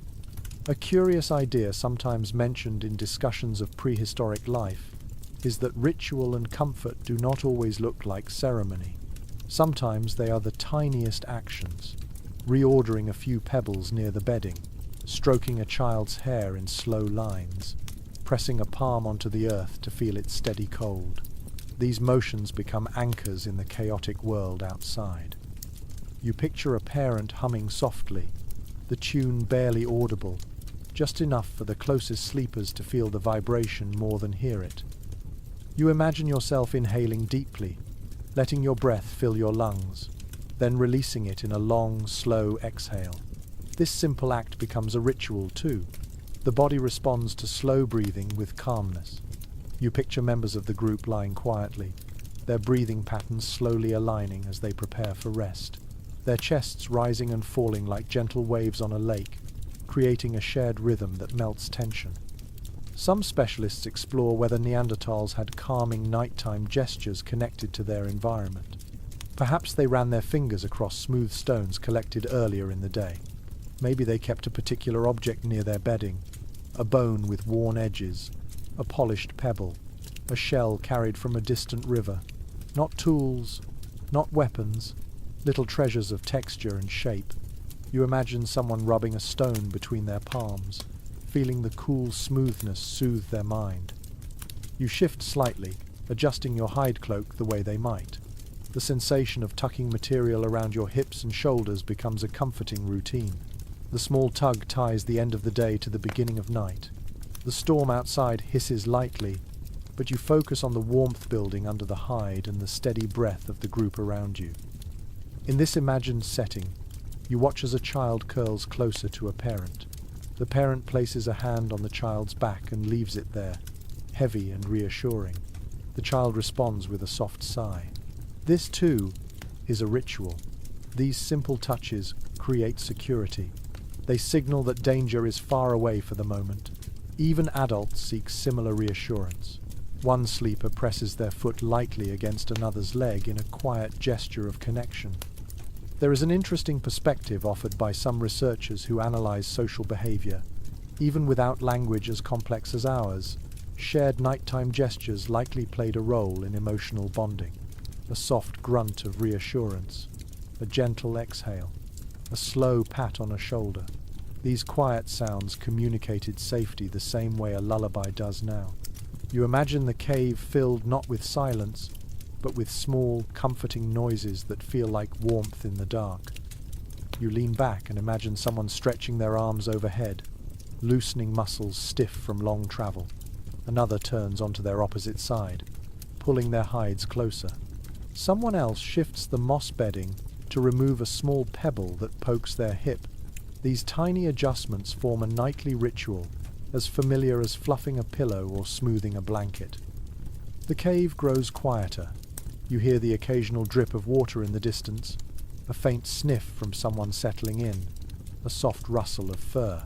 The storm continues, but the shelter's new barrier muffles it into a gentle backdrop. With each small movement, the group sinks deeper into calm. A question that sometimes arises among scholars is whether early humans created small patterns with their hands in the dirt or moss while preparing for sleep. Maybe they traced circles. Maybe they lined up tiny stones. Perhaps these actions soothed the mind like drawing shapes before drifting off. You picture yourself doing the same, brushing your fingers gently through the soft bedding and forming faint arcs in the earth. You close your eyes again. The imagined room glows faintly with the pale reflection of snow outside. The air smells of fur, earth, and storm wind softened by hide curtains.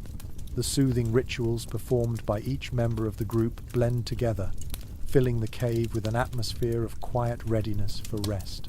This peaceful transition from wakefulness to sleep becomes as essential to survival as warmth itself. As the last of these small gestures fade into stillness, you sense the story shifting once more. Beneath your hands lies the earth that preserves clues about these ancient nights.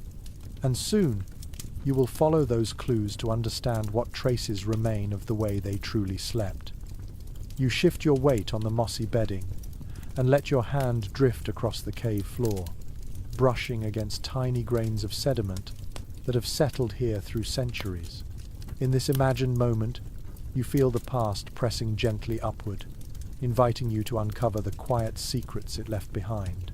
Long after the sleepers vanished, the traces of their nights remained in the earth. And now you picture yourself moving through time like a patient observer, walking beside archaeologists who sift through ancient clues with fingertips as careful as your own.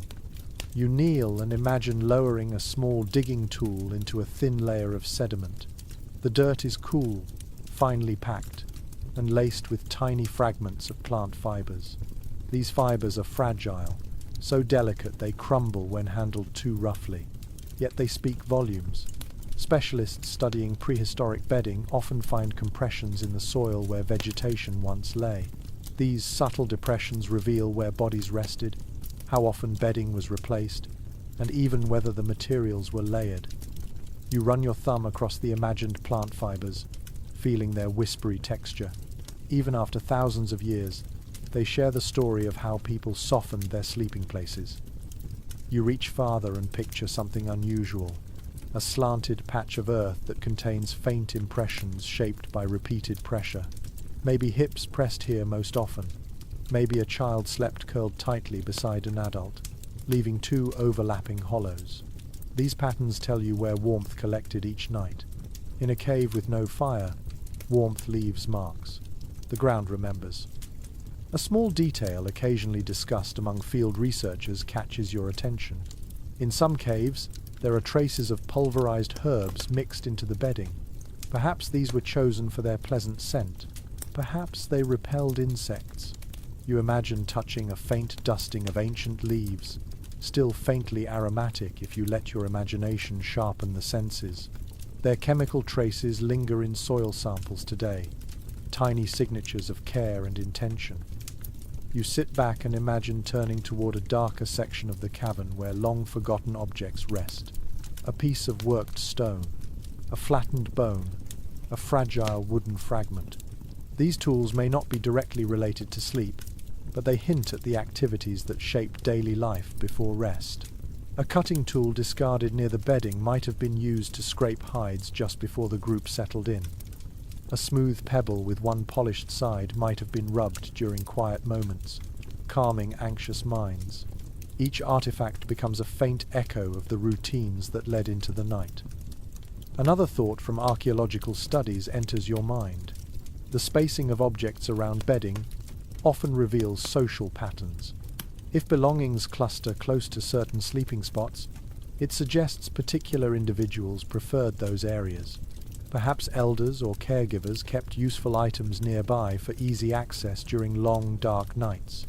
You imagine a small pile of animal sinew and worn flakes placed within arm's reach of someone who repaired hides during evening hours.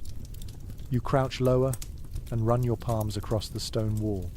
There, you imagine faint scratches, not deliberate carvings, but marks left by repeated contact, shoulders brushing the wall, fingertips tracing the same familiar line night after night. These subtle abrasions accumulate slowly over generations. They shape the personality of the cave itself.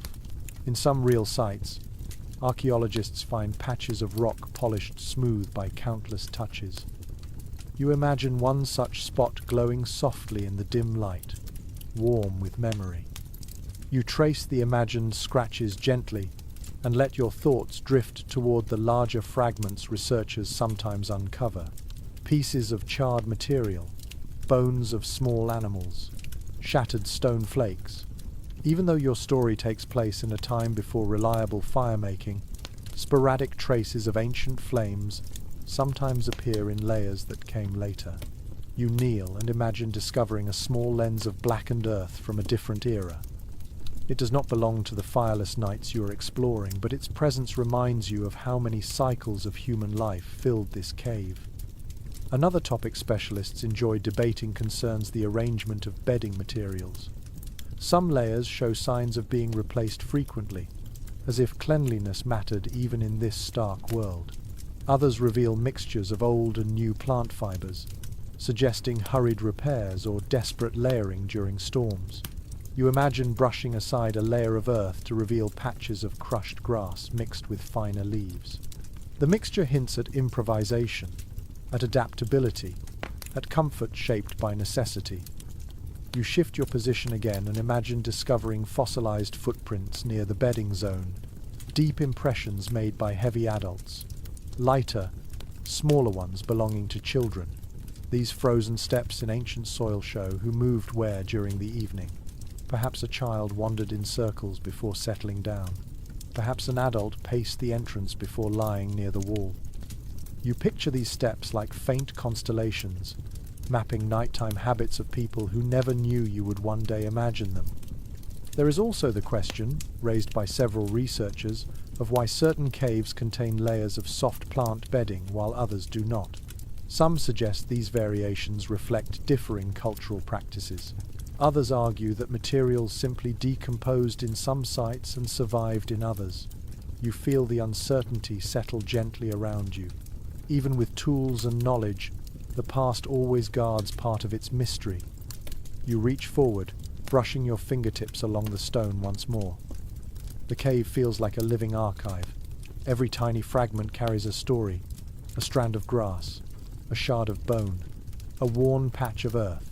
Together, they reveal the invisible patterns that kept families warm in the dark. As you rise, the imagined shadows shift around you.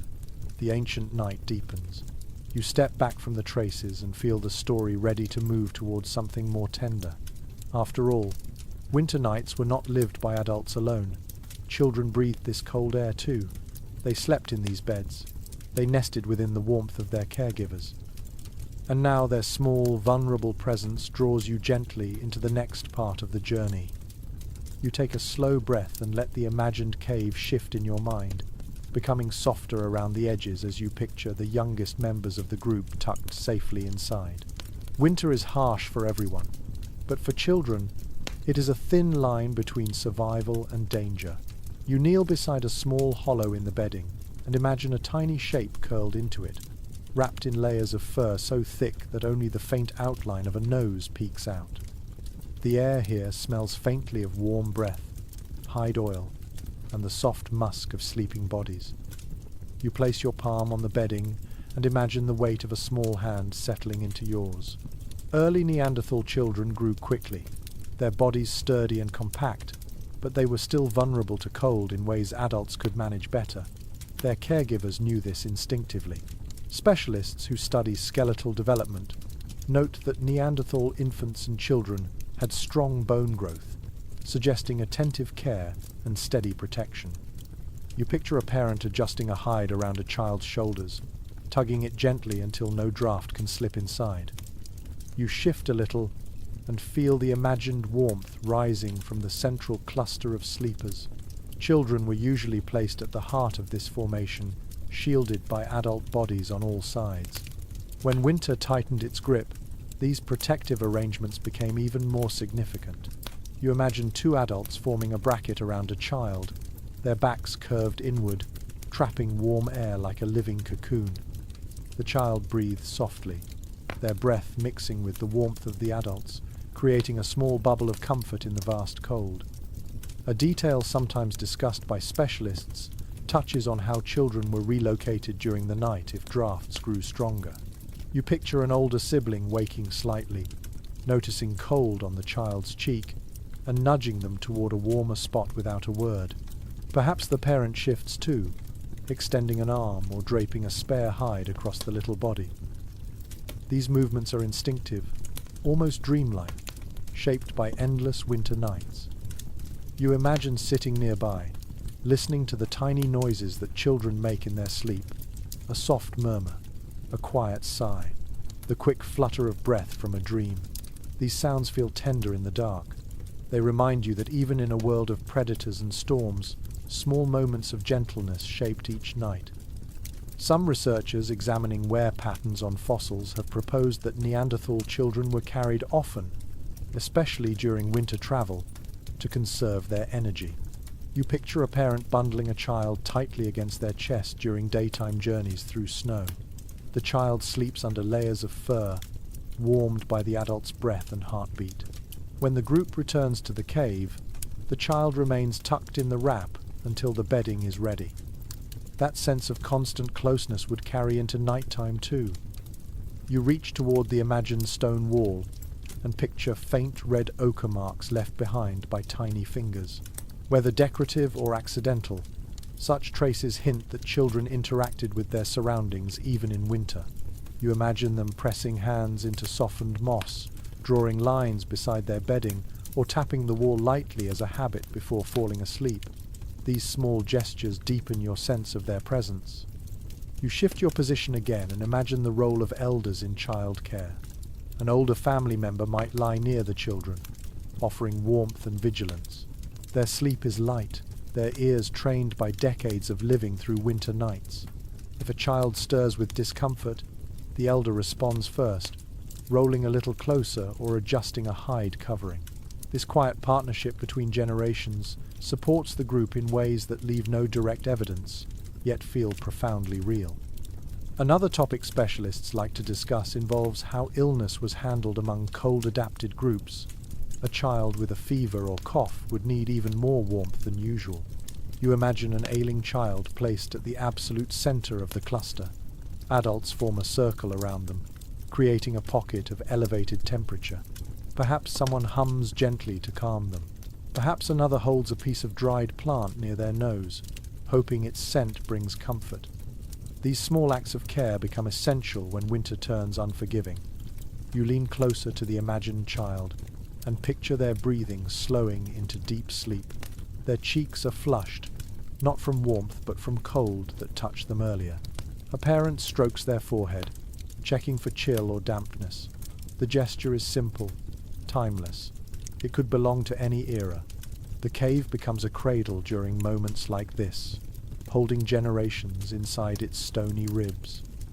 You take another breath and feel the cave around you grow warmer in your imagination. The bodies radiate heat, the hides hold it, the bedding insulates it. The presence of children transforms the space completely. Adults sleep lightly because they must. Children sleep deeply because they can. Their tiny sounds fill the cave with a softness that contrasts sharply with the world outside, where predators roam and storms roar. There is a gentle question that often surfaces in discussions of ancient caregiving. How did Neanderthal lullabies sound, if they existed? Perhaps they were low hums shaped by breath rather than words. Maybe rhythmic tapping on a stone served as a calming pulse. You imagine a parent humming softly, their chest vibrating, the sound drifting through the hides and settling the child's breath into a slower rhythm. As you rise slightly, the picture of the child remains vivid, curled tightly, wrapped carefully, guarded on all sides, sleeping through a night colder than anything you have ever known. This tender image softens the harshness of the ancient world and deepens your understanding of how communities survived without fire. They relied not only on tools and hides, but on each other. You turn your gaze toward the deeper dark of the cave. The storm continues outside, muffled by stone. The sleepers breathe steadily. The children rest safely at the center of it all. And as you step gently away from their quiet warmth, the story guides you toward the next essential element of winter survival. Not warmth this time, but sound. The soundscape of glacial nights, where every echo becomes a guide. You move quietly away from the cluster of children and let the cave widen around you, opening into a chamber where the sound changes in subtle, fascinating ways. You pause, letting your ears adjust. In this world without firelight, sound becomes the map, the clock, the weather report, and sometimes even the comfort that replaces warmth.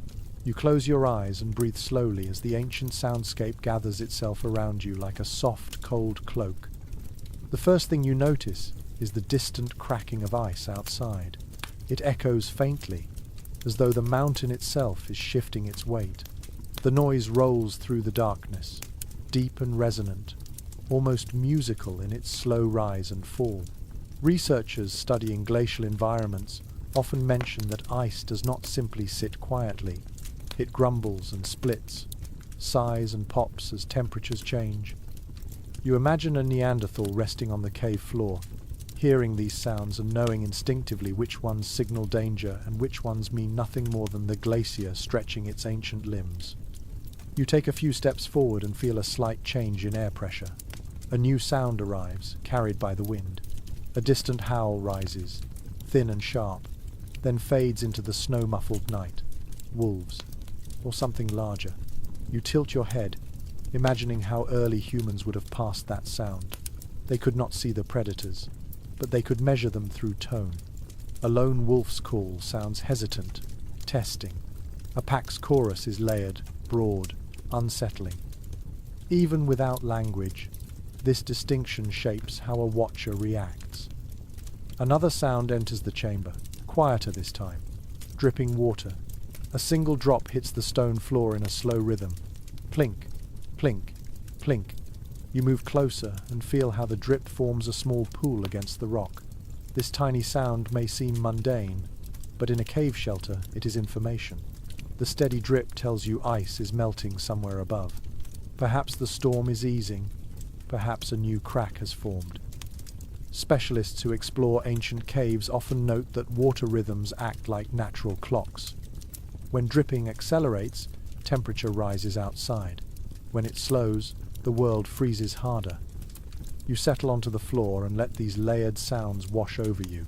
Breathing, dripping, wind, distant predators, the gentle creak of hide curtains shifting with air pressure. These sounds merge into a tapestry. For someone trying to sleep, they become familiar companions. But anything out of place would stand out like a spark in darkness. You run your fingers along the wall and notice how certain surfaces reflect sound differently. Some corners amplify it, others swallow it, turning sharp noises into gentle murmurs. In real caves, acoustics vary wildly. Some specialists even suggest that early humans selected sleeping spots partly based on how the stone shaped sound. A slight echo might feel comforting. A hollow boom might feel threatening. You imagine someone lying close to a wall that vibrates gently when wind rushes past the entrance. The vibration becomes a lullaby, a physical reminder that the world outside is alive but distant. A curious thought sometimes raised by researchers is that snowstorms create unique audio textures. When snow falls heavily, the world becomes hushed. Even predators move silently. Early humans resting inside a cave would know instantly when a storm began because the soundscape collapses into a thick, padded quiet. You mimic this now, closing your eyes and imagining all external noise fading until only the internal sounds remain. Steady breaths, shifting hides, an occasional sigh. This quiet can be calming, but it can also be eerie, warning that visibility outside is nearly zero. You tilt your head again. Another sound appears, soft and low, the rhythmic grinding of a distant herbivore pushing its way through frozen vegetation. That faint rumble carries into the cave like a heartbeat from the earth. Perhaps a woolly rhinoceros, perhaps a steppe bison. Such sounds would tell the group where to search for food once dawn arrived. Sleeping bodies, even half dreaming, recognize these clues. You imagine yourself reclining against a stone outcrop, listening to the breath of the sleeper beside you. The sound is slow, deep, and warm. You feel comfort settle into your chest. In ancient nights, these shared breaths were reminders that no one faced the cold alone. One person breathing too fast might rouse concern. One person breathing irregularly might signal illness. Within the cave, breath itself becomes a form of communication. Another sound draws your attention, the faint but unmistakable scrabble of claws on frozen rock outside. Not close, not alarming, just present. The group remains still, trusting the watchers. A curious idea some specialists mention is that people who slept closer to the entrance could differentiate between scavengers and predators by the patterns of their movement. Scavengers walk erratically. Predators move with slow intent. You imagine lying half asleep, listening to a creature pass by and understanding from sound alone whether danger is real or simply passing through the dark. You rise slowly and let your hand trail along the cave ceiling. You feel nothing, of course, but your imagination fills in fine vibrations from the wind. The roof hums lightly. These tones blend with the deeper rumble of the storm. You notice how layered the sounds are, how they overlap without merging, creating depth and space. In this environment, sleep and wakefulness merge too. Light sleepers hover just above dreaming, tuned to the soundscape the way modern people tune into background hums from distant traffic or ticking clocks. You take one last breath and let the entire chorus settle into your bones. This ancient audio world is not empty, it is intricate. It guides every decision, shapes every instinct, and wraps every sleeper in a cocoon of awareness. And as you turn from the shimmering darkness of the sound-filled chamber, the story gently carries you toward what comes next, the long wanderings of nomadic life and the ever-shifting places where these ancient families laid their heads. You leave the sound-filled chamber behind and drift toward the imagined entrance, where the world opens again into wide plains buried beneath winter light. The air stings your cheeks, sharp and honest. You pull your hides closer and picture the countless journeys that shaped Neanderthal life. They were not cave dwellers in a fixed sense. They were wanderers, following herds, climate shifts, and seasonal abundance. Their sleep was not tied to one shelter. It travelled with them, adapting to valleys, cliffs, riverbeds, and temporary hide-covered nooks carved out of snow. You step outside and imagine the crunch beneath your feet as you begin to walk through a shallow dawn. The sun is a pale disk rising behind thin clouds, offering light but little warmth. You picture a line of figures stretched across the snowy plain, each wrapped in thick hides, moving steadily with practiced rhythm. The group migrates not for luxury, but for survival. Herds move, water sources freeze or thaw, storms reshape terrain, and so families adapt by shifting their sleeping grounds again and again. Specialists who study migration patterns often point to layered evidence, repeated occupations of certain caves, abandoned sites reoccupied centuries later, and clusters of stone tools spread across wide territories. These hints paint a picture of movement, not chaos. The nomadic pattern likely followed well-known routes formed over generations. You imagine yourself stepping into their footprints, following faint depressions preserved in your mind more than in the snow. You walk a little farther and picture the group stopping for the day in a narrow ravine, where stone ledges offer shelter from wind. Not a deep cave this time, just a natural overhang. You imagine adults clearing snow from the ground, brushing it aside to reveal firmer earth beneath. Someone gathers evergreen branches to create quick bedding. Another shakes out hides that stiffened during the walk, draping them over the branches. A child presses their hands together for warmth, eyes half closed from exhaustion. In this world, sleeping arrangements shift constantly. Some nights, the group finds a shallow cave that cradles them gently. Other nights, they settle near boulders that block wind. Sometimes they huddle among dense shrubs, or in the lee of a hill where snow forms natural walls. Each shelter is temporary, yet the nightly routine stays familiar. A gentle idea often discussed by researchers is that nomadic groups developed a mental map of safe resting spots across their territory. You picture an elder pointing toward a distant ridge, indicating a sheltered hollow beyond it. Perhaps their grandparents slept there. Perhaps that hollow has been used every winter for generations. Migration does not erase memory. It enriches it. You sit under the imagined overhang, adjusting your hide with a tug, and watch as the group settles in. They align their bodies in familiar clusters, children placed at the center, elders tucked into naturally shielded spots. The bedding is thinner than in a cave, but it still offers a layer against the frozen earth. You listen to the soft rustle of hides as everyone makes small adjustments. The sound reminds you of gentle waves slipping against a shore. Another topic that sometimes surfaces in discussions of nomadic sleep is the way groups balanced vigilance with mobility. Traveling exposes families to unfamiliar animals and unknown terrain, so sleep becomes lighter, more fragmented. You imagine one person lying close to the edge of the overhang, resting lightly, waking at every shift of wind. Behind them, others sleep more deeply, but still respond to subtle cues. The group functions like a living organism whose senses never fully shut off. You take a slow breath and imagine the night unfolding. Stars gather above, stretching across the sky like powdered frost. The cold deepens, but the group remains stable, wrapped in fur and pressed close together. Migratory life trains the body to accept new sleeping places without fear. As long as familiar voices and breaths are near, the ground beneath can be stone, earth, moss, or snow. A curious thought that some specialists consider is whether nomadic patterns influenced posture during sleep.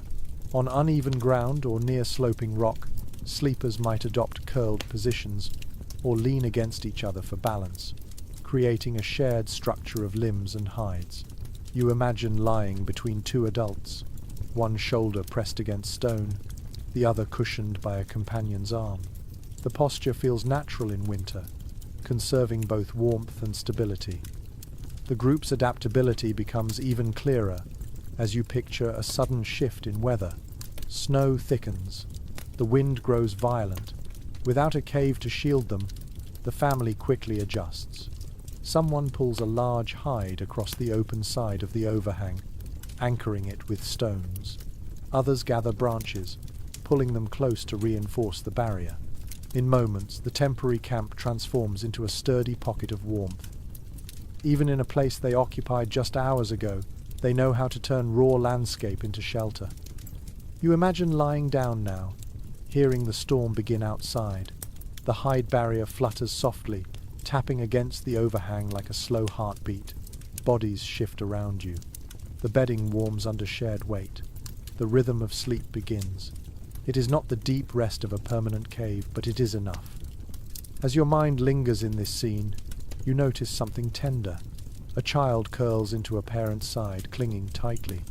The parent presses a hand gently against their back. A soft hum vibrates in the dark. These small gestures remind you that even in constant motion, comfort follows them. Nomadic life shapes every breath, every muscle, every night of rest. Sleep becomes fluid, responsive, and deeply tied to the land. And as you rise from this temporary camp in your imagination, brushing frost from your legs, the story calls you onward again. Because survival in winter is not only about cold or distance, illness comes too, and when it does, the group must find warmth in new ways. You step back under the imagined overhang, letting the storm wind slip across your shoulders. as you turn your thoughts to a deeper, quieter challenge of ancient winter life: sickness. In a world without medicine, without steady food, without firelight to warm fevered skin, an illness during the coldest months becomes a threat as real as any predator. You kneel beside the bedding and imagine the soft, uneven rhythm of someone's breathing. It is shallower than the others, a little faster, carrying a hint of strain. Your hand hovers above the imagined figure, and you feel the weight of responsibility settle over the entire group. You picture an adult lying curled inside a heavy hide, shivering despite the warmth around them. Their skin feels cold and damp. Their breaths come in thin wisps. In this harsh world, even a mild infection forces the group to adjust its routines. You imagine several family members gathering around the sick person, not panicking, but shifting positions instinctively. They draw closer. They press their bodies lightly against the weakened one. Their combined warmth becomes a healing tool. Specialists who study bone markers in ancient remains often note signs of healed injuries and prolonged illnesses, suggesting that Neanderthals cared for their sick more consistently than once assumed. Someone with a broken limb survived long enough to mend. Someone with chronic conditions received enough support to keep living. These clues suggest strong social bonds. You let that truth fill the cavern of your imagination. The group's warmth and watchfulness keep the sick alive. You lower yourself next to the imagined patient and feel how the bedding has been adjusted. Moss is thicker here. Hides are layered more carefully. The ground beneath has been cleared of cold pockets. A small pit nearby might hold dried plant matter that was once used for comfort or scent. Tiny fragments discovered in real shelters hint that herbs were sometimes present, though whether they were medicinal or simply pleasant remains uncertain. You imagine lifting the edge of a hide to check the person's chest. Their breathing is shallow but steady. A caregiver sits close, one hand resting near the patient's shoulder, ready to shift them if chills begin. You can almost feel the silent communication moving through the group. No words needed, just glances, just touch. A curious idea occasionally discussed by specialists is that warmth itself may have been viewed as a form of healing long before any other method existed. You picture two family members lying on either side of the sick person, their legs and arms placed to trap heat around the vulnerable body. Their breaths mingle, their hides overlap. Tiny adjustments are made through the night. Someone drapes an extra layer of fur over the patient's chest. Another tucks bedding closer around their hips. These gestures happen quietly, shaped by instinct and experience.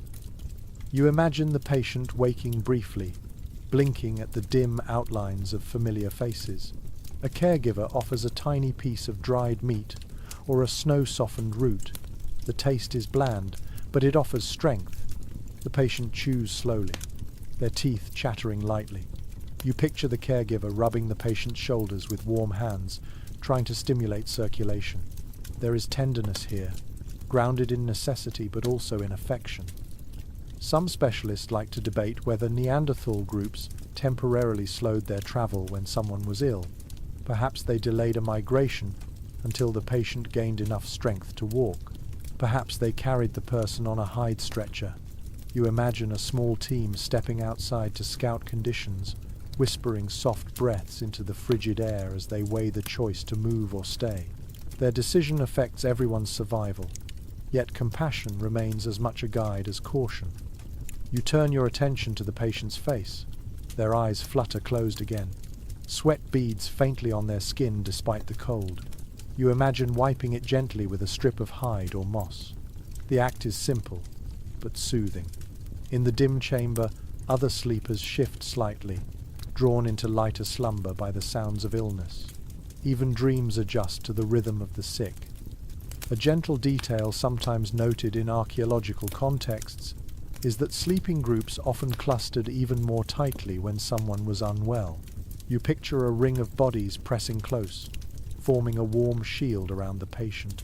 Children are moved toward the warmer inner circle, and adults anchor the edges. The patient lies in the safest place, surrounded on every side by human warmth. This arrangement reduces drafts, stabilizes breathing, and helps the body fight whatever sickness has taken hold. You rest your hand on the floor and imagine the long hours that follow. The storm outside continues, but the group remains focused inward. Someone checks the entrance occasionally. Someone else adjusts the bedding under the patient. A watcher listens with extra attention, attuned to both predators and the soft coughs behind them. The night becomes a shared vigil. Another thought sometimes discussed by specialists concerns the emotional bonds that form in times of illness. Caring for the sick strengthens trust within the group. You imagine siblings sharing tasks. One keeps the child quiet. Another brings snow to cool a fevered forehead. An elder shares knowledge of past winters, offering guidance on how to position the patient for easier breathing. These moments shape the resilience of the entire community. You listen to the imagined breathing of the patient again. It steadies a little. Their body relaxes under the combined warmth. You picture them drifting into a deeper sleep, wrapped in hides and human closeness. The caregivers remain alert, even as their own eyes blur with fatigue. They check the patient's limbs, adjusting posture to prevent numbness from the cold. They watch the rhythm of breath for any change. You glance toward the cave entrance where icy wind continues to push in faint gusts. In this world, sickness and cold intertwine. A simple illness can become deadly if warmth is lost. But here, wrapped inside the living shelter of the group, the patient has a chance. You imagine days